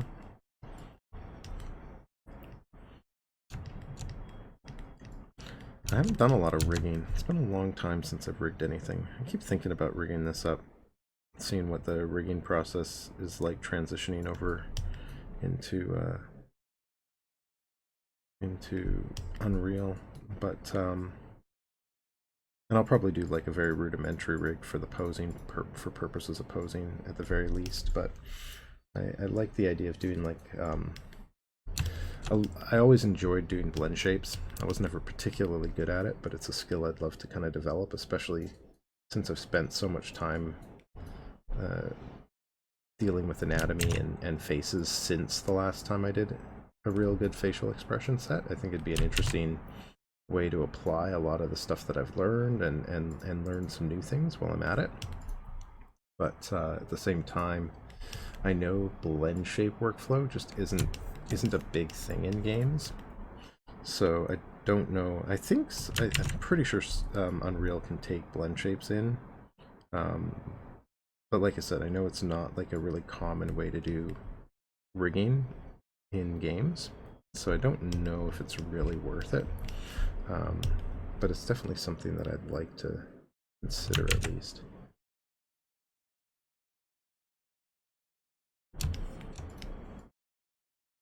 Yeah, definitely gather as much reference as you can. I wish I could convince some people to do that more often.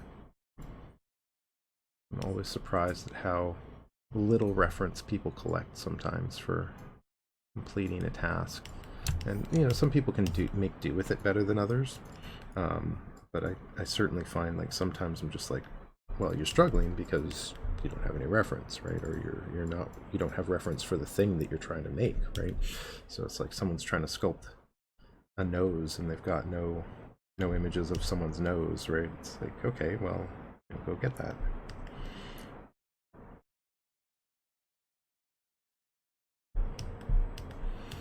I find it's really easy to kind of lose sight of stuff like that when you're doing stylized work as well. It's like, well, no, you know, the artists that are doing the stylized work know that anatomy pretty well, right? It's not like they're just guessing it and going with what looks good, right? It's like, you know, do the same thing they do. Learn those fundamentals, learn that anatomy a bit, and then play with it, right? Experiment with it, move it around, change it, but don't just assume that, you know, you can derive it from the image itself really easily, right?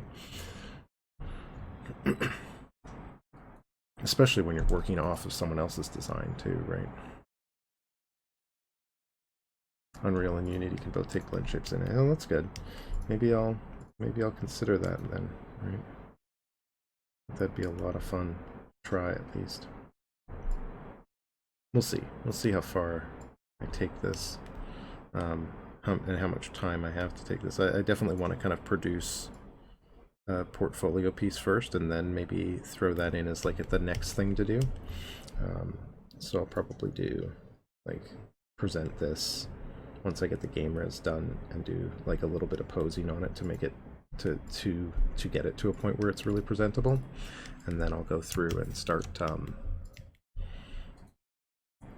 working with the idea of doing blend shapes and things like that a little bit more.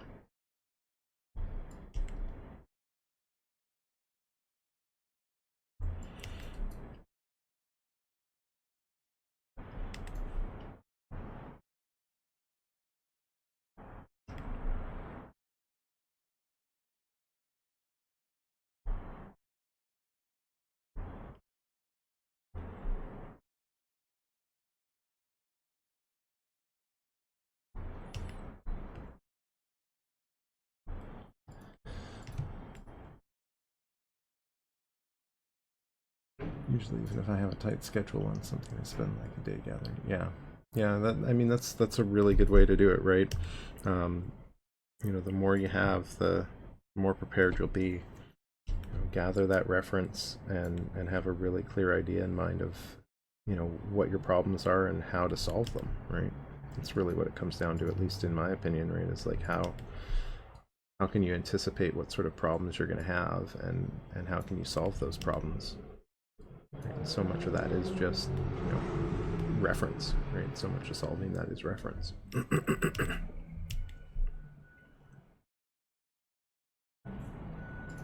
And sometimes it's easier than others too. Sometimes you just can't find reference for things, right? That's the real challenge, I find. It's like if you can't find that reference, then you're in trouble. Then you're gonna have a fun day of work ahead of you. But hopefully you can find what you're looking for. Smooth out this thumb a little bit more. I probably shouldn't be smoothing this layer. It just occurred to me. Oh well, I don't think I'm doing enough of it to make it a big deal. I can't imagine switching layers at this stage just to kind of get that.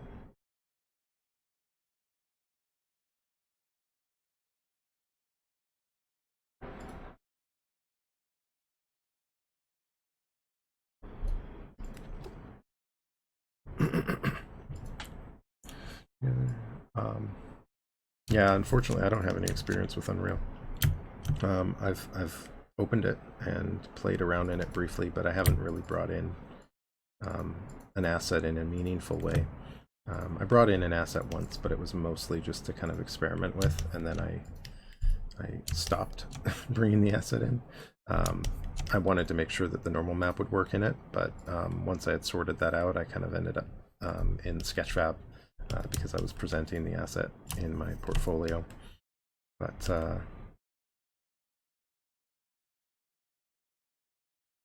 definitely something that I look forward to picking up.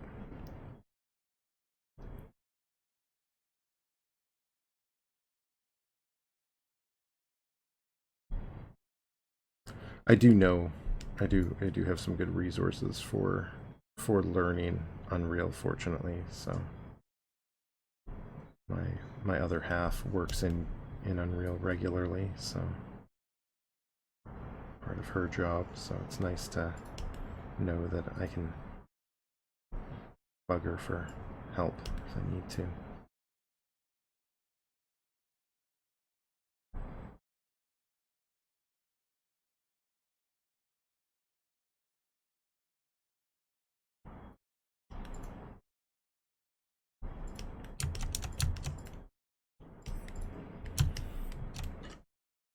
I was way off on how long this was going to take. Way off. I was like, yeah, I'll get this done by the end of the day. Nope. No, this is not going to be done by the end of the day. This is not going to be done by the end of the week. Well, maybe if I get a good run at it on Friday. We'll see. I'm hoping to. I said that last week too, and I didn't end up coming back on Friday, but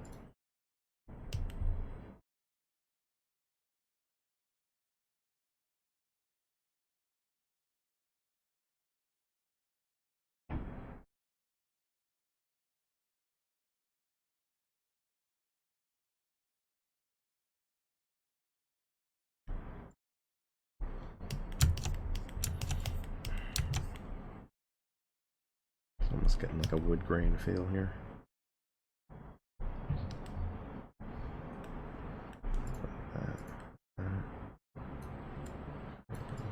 Transition there.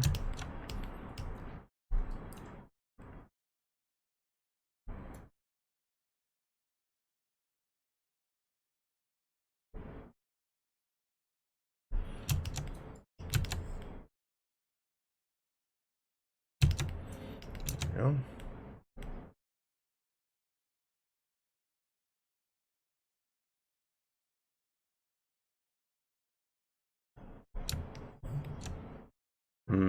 Yeah, I can understand that.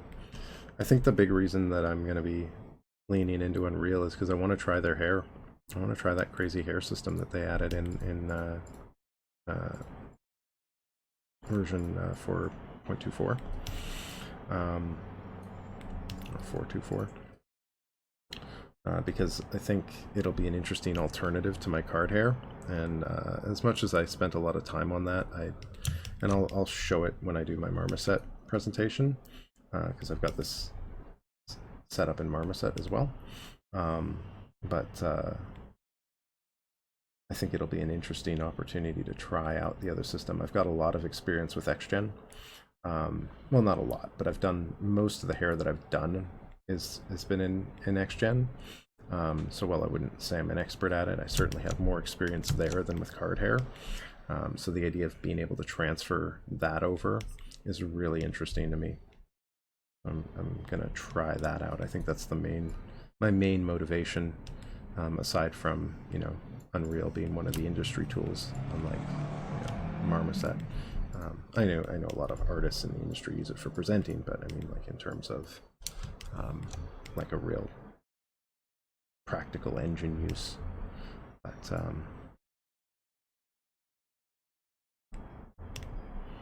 yeah, that's basically all I'm saying.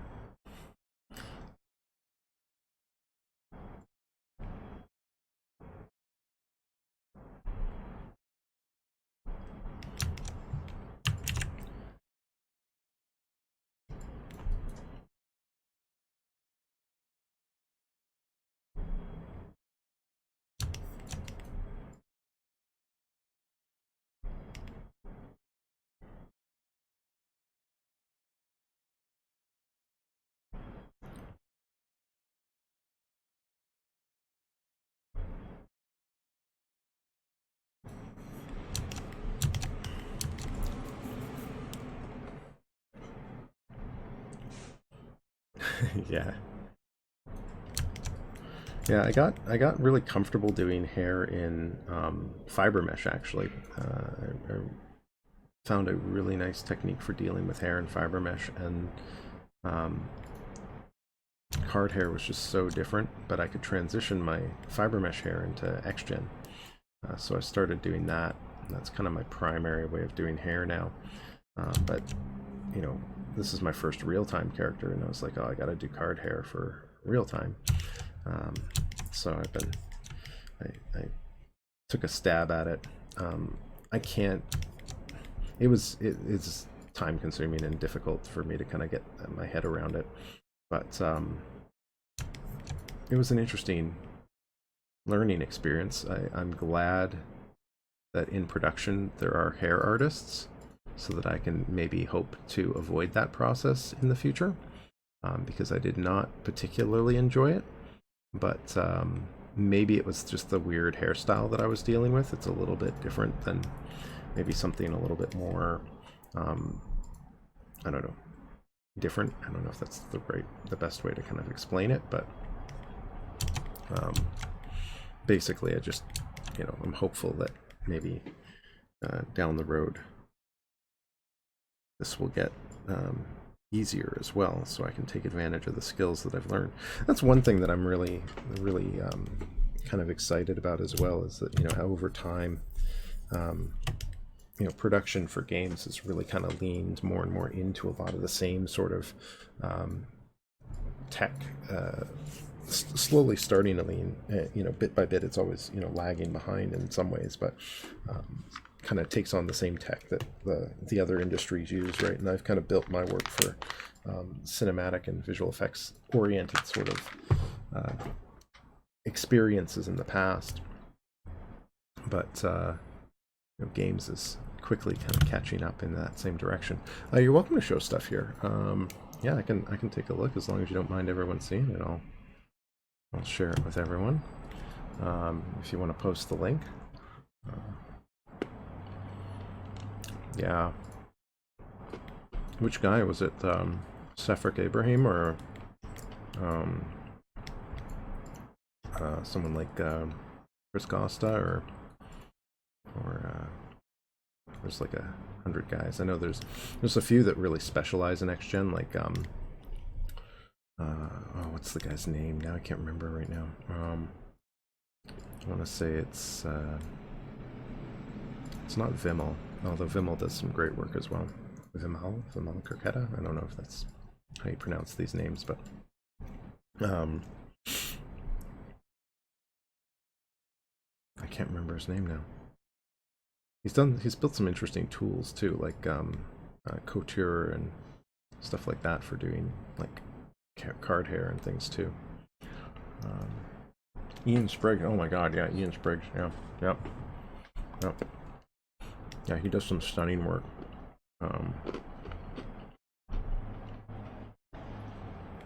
Really impressive stuff. He's a Vancouver local here. Not that that really matters, but it's kind of interesting. Always the chance I'll run into him one day. Tell him that his work is crazy good.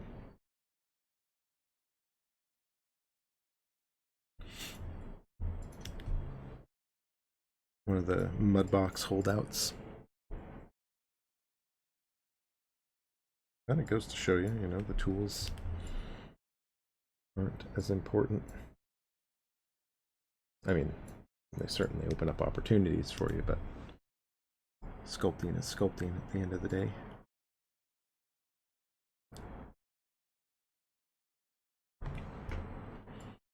Ian Spriggs and probably Sefric Abraham are probably two of the, I would put them as like two of the most successful artists at kind of pushing at least still work out of the uncanny valley in that sense.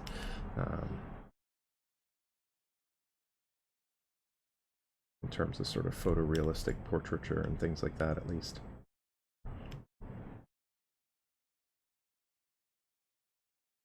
Of course, I realize like Sefric tends to work a little bit more from scan data. But Ian Spriggs does a lot of really careful documentation of his stuff, right? Because he's doing portraits of people he knows, so I think he has them like really go in and sit down, and he takes lots of photos and really references them well. That's one thing that I think really separates apart a lot of the artists that are doing really top-notch character work, is their ability to kind of gather that reference successfully and have that for their models, right? Yeah, someone uses Mudbox. Yeah, definitely. It's true. Is this the link? Yeah. Just... Oh wow, yeah. That's really nice. I'm digging it. I'm digging it. How long did it take? Sounds like it was a quick sculpt, right?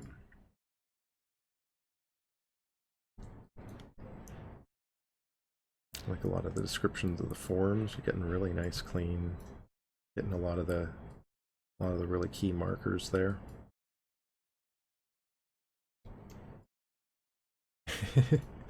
Well, yeah, I mean, you know, it's sculpted hair is one of the things that I haven't really invested a lot of time in either. I tend to stop and switch over to like fiber mesh myself if I do a lot of hair. And yeah, I mean, if you want to keep a sculpt in that reasonable like half a day range, right, where you're spending a few hours on it, maybe 3 or 4, the idea of kind of getting in and doing a lot of really complicated hair work is just, it's not even an option, right? You could, if you want to spend a week on it, sure, but you know. And of course, if you step into things like fiber mesh, you know, you're kind of pushing it past a point where maybe it's just a speed sculpt too, right? So then you have to, you know, go in and balance out the rest of the model against the quality of the hair, right?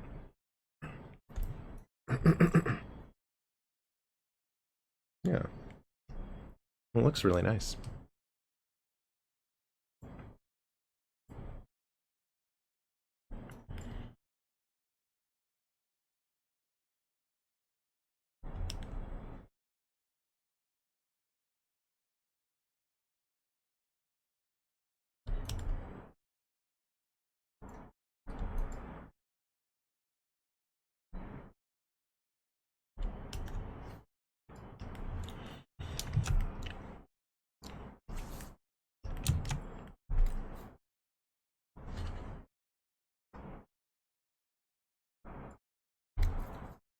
And Mudbox is an interesting one.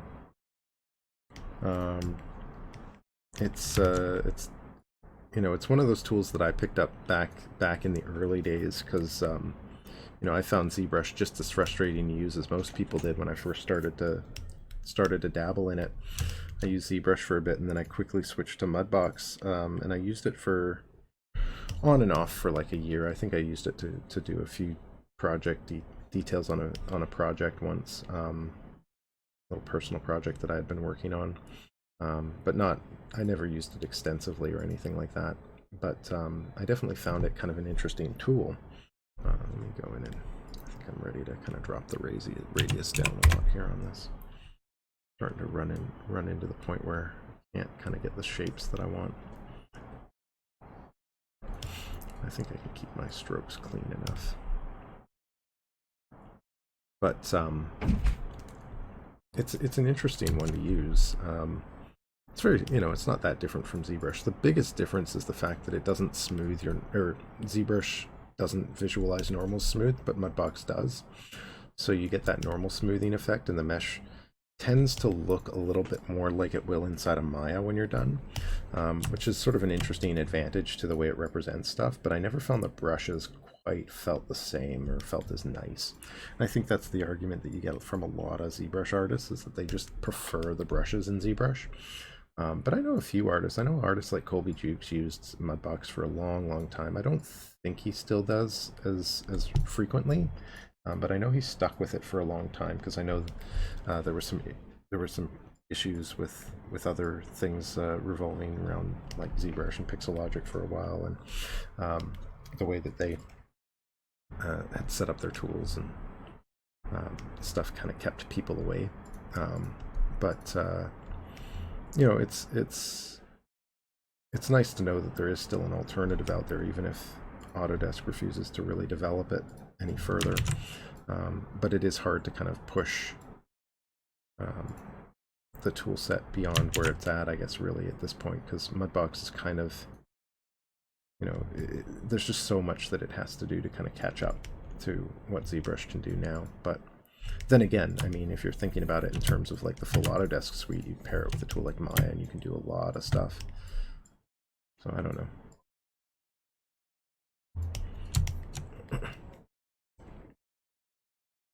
I've used Mudbox for one project, otherwise it seemed much more restricted than ZBrush. Yeah, that's kind of the thing, right? It's like it's got some nice features. I definitely think like the sculpting layers work really well, certainly better than ZBrush's. The visualization is nice.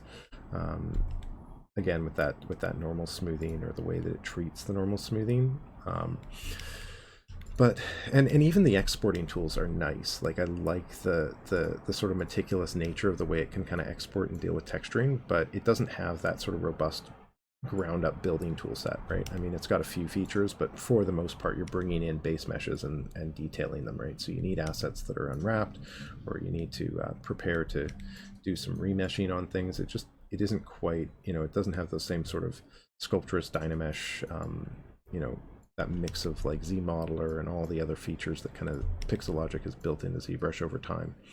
And I think that's just sort of Autodesk in a nutshell, right? They don't quite push that innovation, that development cycle like Pixelogic and studios like Allegorithmic have, right? I mean, I'm still impressed with Allegorithmic's ability to kind of pump out new fresh releases with interesting features fairly regularly. I mean, some of their stuff isn't, always what I need or want, but neither is ZBrush, right? A lot of that last release with the rendering tools is really interesting, but I don't use it, right? It's not something that I've touched. But yes, Sculptress, Snakehook, and Dynamesh, yeah. I've been using Sculptress a lot for blocking strictly because of the way that those tools work, right? Well, yeah, there's Sculptress, which is sort of the free tool itself, and then there's Sculptress Pro, which is the implementation of Sculptress's tessellation, or tessimation as ZBrush, as the Pixelogic team refers to it, the tessimation toolset into ZBrush. So you can kind of use the toolset in a very similar sort of way where it'll dynamically generate geometry as you sculpt. I'm still hoping that they come back and revisit it a bit, because I'm a little disappointed that they haven't. And again, maybe this is just sort of something that's either coming or, I know it takes a while for Pixelogic to really get back into like we're going to update tools sort of groove sometimes. But it's one of those things that I wish that they have, or I hope that they're continuing to develop. I wish they had done it sooner, but you get what you get, I guess, right? Different people are going to demand different things. But specifically, I guess, things like what is it that I'm even trying to think of right now?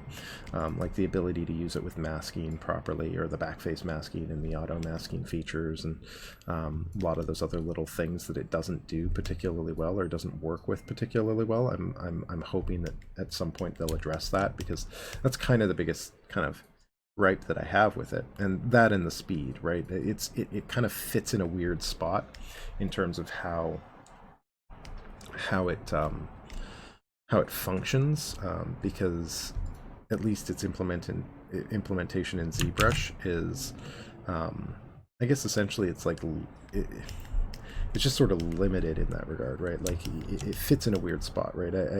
I can use it before Dynamesh, but it also has its uses after Dynamesh, because of the way that it can kind of apply detail to the stroke, and it needs a little bit of micromanaging to really take advantage of that, which is nice in some ways and kind of inconvenient in others. But I find a lot of the time I just wish it would work more consistently, I guess. But it is still a really nice tool nevertheless, right? Never looked into it, so what's the difference to ZBrush? I've never used the standalone tool. I've never used the original program. I had ZBrush beforehand, and I felt like Dynamesh was a perfectly adequate way to build things, up until they implemented it, of course, and now I really like that it's there.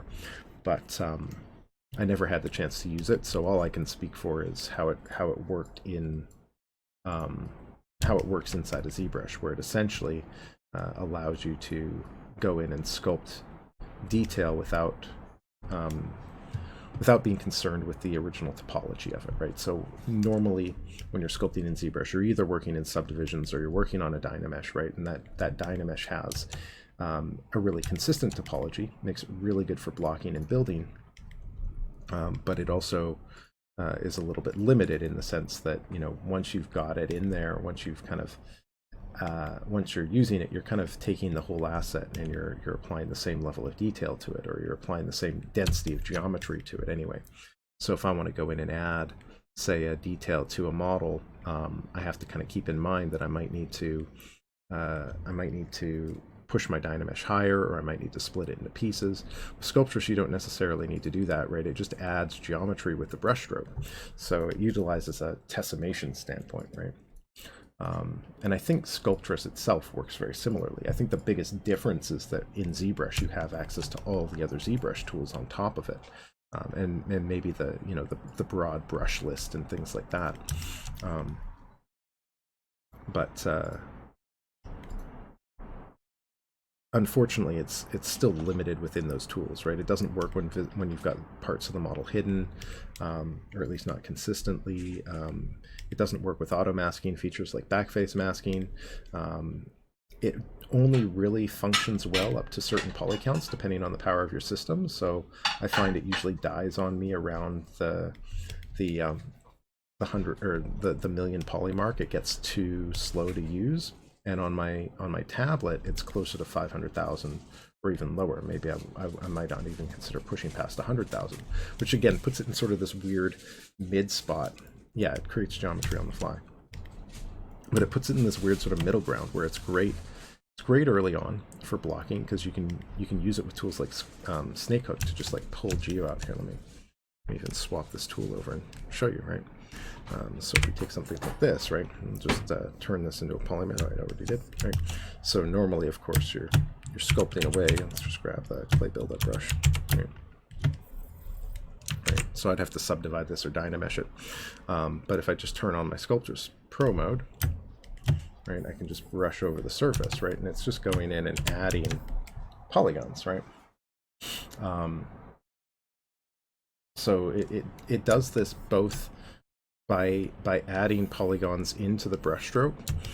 It can also remove polygons on like a smooth stroke, so it can kind of take geometry out in order to accommodate the changing shape, right? So, you know, I can use this, and it's by default it's set up to be dynamic as well, so it's effectively scale based, right? So if I get in with a really tiny brush, right, the smaller my brush is, the more, you know, the more refined I need that stroke to be, right? The more geometry it's actually going to go in and add. So you get this really great localization and specialization for detail. It also has neat effects, as was mentioned before, with like brushes like the Snakehook brush, right? I can go in and take my Snakehook brush and just go whoop, and just kind of pull, right? And you can kind of pull that all the way up, right, up to a point anyway. So it's not like destructive in the same way. It's not like stretching that geometry out in the same way that the Snakehook normally would, where it kind of just distorts until you lose the shape.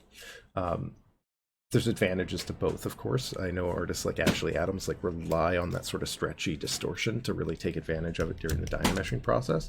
But there's some really interesting things that come from this, and as well, it doesn't have that same blending effect, right? So, you know, you know, if I go in and if I take something like this, you know, if I was working with a dynamesh and I had these two intersecting features, right? If I dynamesh these together and smooth them, right, I'd lose that separation, right? Whereas with Sculptris, I can work with these freeform. But the downside here, and in many ways the upside as well, is that you can kind of smooth out to the point where you're splitting a model into pieces really easily too.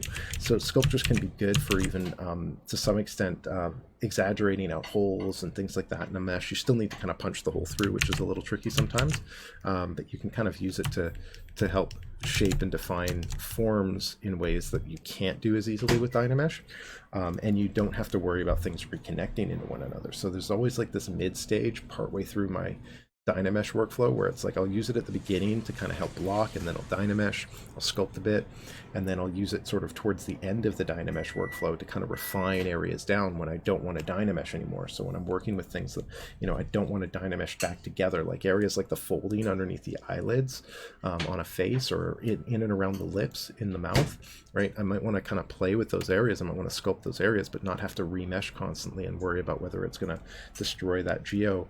And maybe even use it to push a little bit extra detail or a little bit extra sharpness into an area without pushing the whole poly count really high. But that still relies on that your active point count doesn't get so high that that the Sculptris tool isn't useful anymore.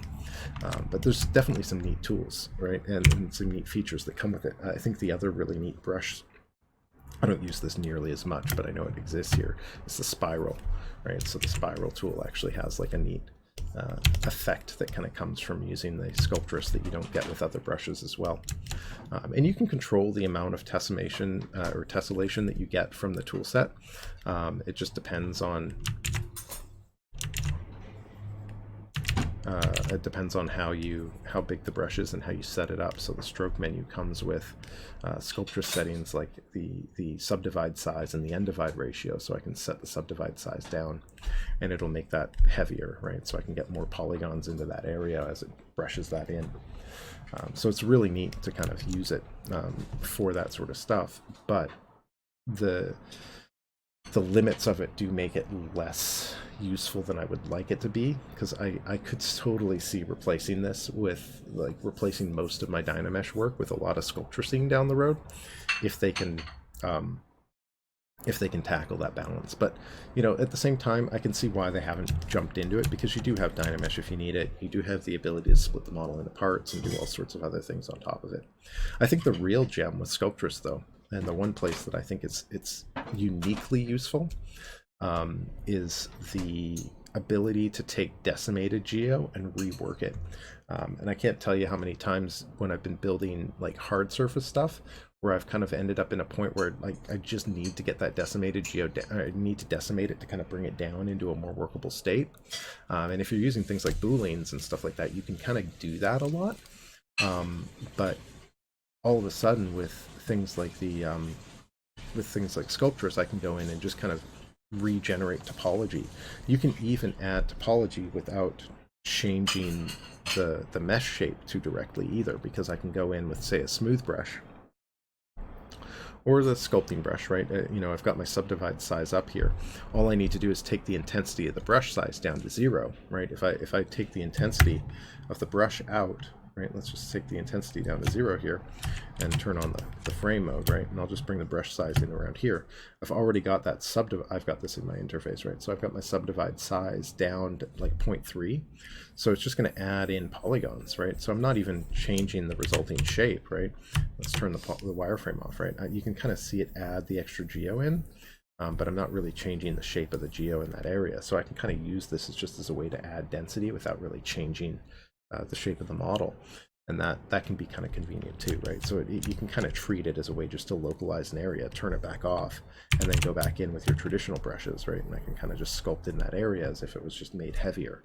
So, you know, you could even build your own set of custom brushes specifically for working this way if you wanted to, right? I could build a brush that's got like half res and maybe quarter res, and then just go in and just have them as blank standard brushes with no intensity, and just use them to brush in geometry detail if I need to.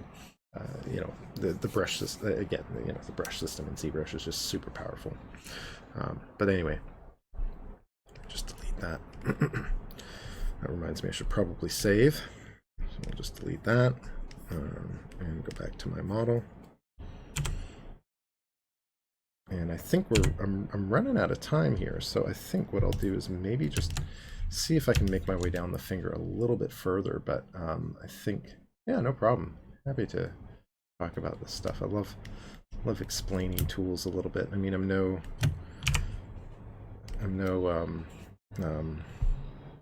Michael Pavlovich, but you give me a tool and I'll run with it for however long I can talking about it. That's for sure. And there's so many in ZBrush. I mean, so many little things buried away over the years.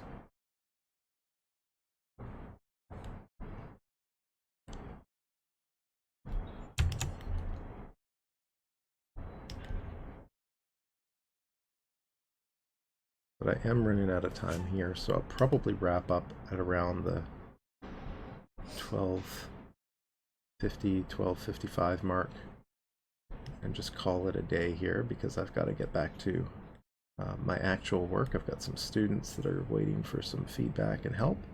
I may continue on this within my off time, so if when I'm on next I'm a little bit further ahead and done with the fingerprints, maybe that'll be a bit of a relief, but it'll probably be because I sat down without live streaming to make a little bit more progress on this, because I'm starting to realize that, you know, unfortunately, as much as I want to live stream as much of this as I can, it does hold me back a little bit, because I always want to kind of find the right time, and, you know, I don't want to just live stream for like 10 minutes when I get a little bit of time to do stuff.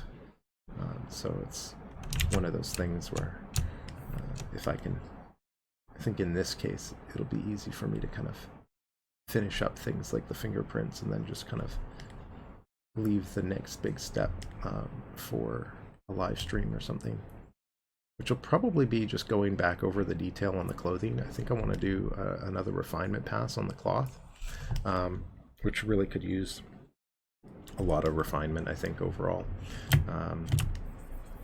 And then I should be in a spot to start game resing stuff.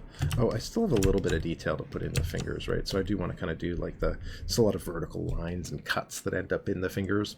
And of course I got to do the palms, so there's lots more to do on this model, but before I get to that, so we'll see where I'm at the next time I get around to live streaming. If not Friday, then next Wednesday, hopefully. But for now, we'll wrap up here, I guess, as soon as I can find an opportunity to put the pen down here. What time are we at? Oh, we still got a few minutes. We still got time. Still got time. I'm going to keep pushing. See if I can get this finger done. That way I don't have to do it later. Lightly larger brush. But yeah, you know, if you ever have any questions about tools or anything like that, I'm happy to take a moment to talk about stuff. Love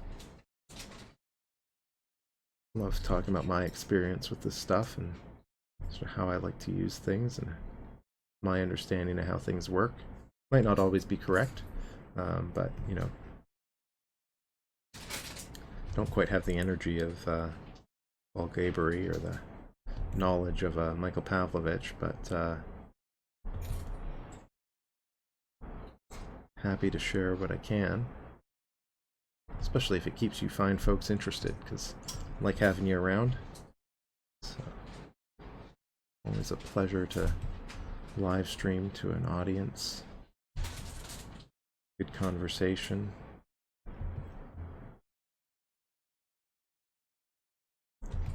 As long as you don't get tired of me ranting about soft image too much.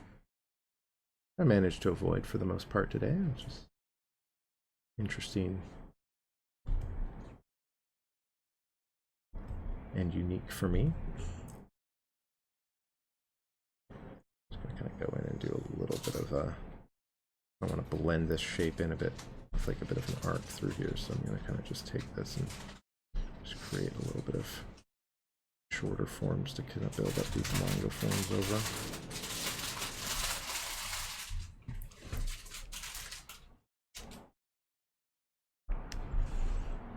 And we'll just kind of shallow this out again a bit.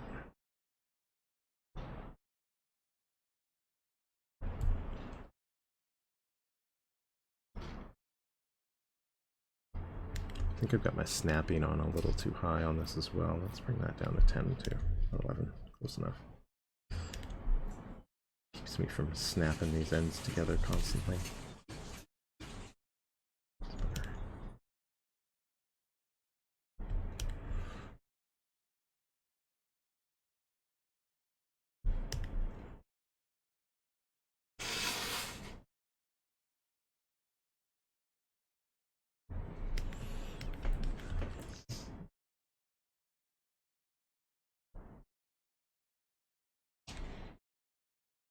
Blending these lines in bit by bit.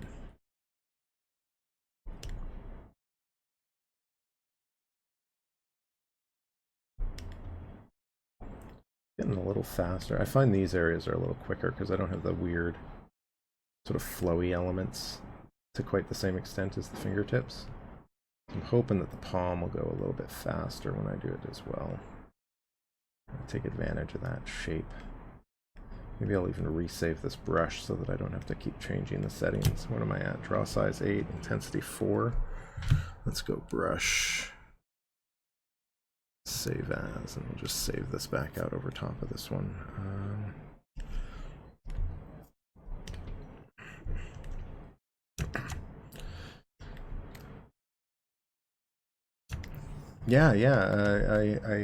I look forward to kind of getting to those stages as well. You know, as always, too, if you miss anything, you know, don't hesitate to check out the archive on YouTube. You know, I did the retopo on this model a few weeks back as well, before I started getting into all the detailing on the finger. So you'll find like all of that stuff on the YouTube page. I think the link is down at the bottom there. You know, it's really just an archive for this stuff, so there really isn't anything other than that. So don't feel like you got to subscribe or anything like that. I'm not doing anything fancy with this stuff, but it's just an archive of all my live streams. Not the full process on this character, because I did this character before I started live streaming this year, but or at least I started it. But yeah, it's all there if you want it. At least most of it. I think I missed part of a day because I forgot to hit the record button.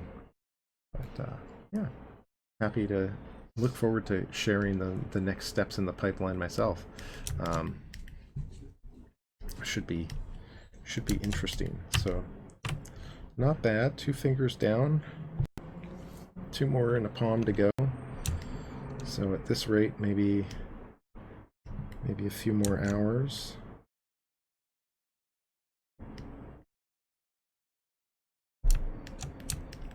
Yeah. Just take that morph brush. Just gently ease it back a little bit while I'm at it.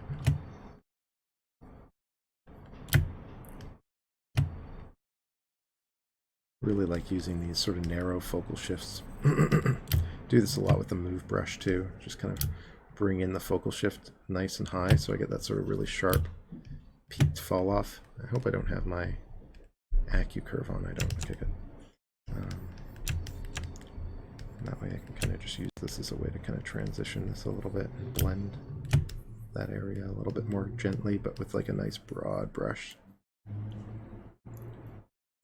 Thank you. Thank you. Well, you'll know when the next one gets uploaded.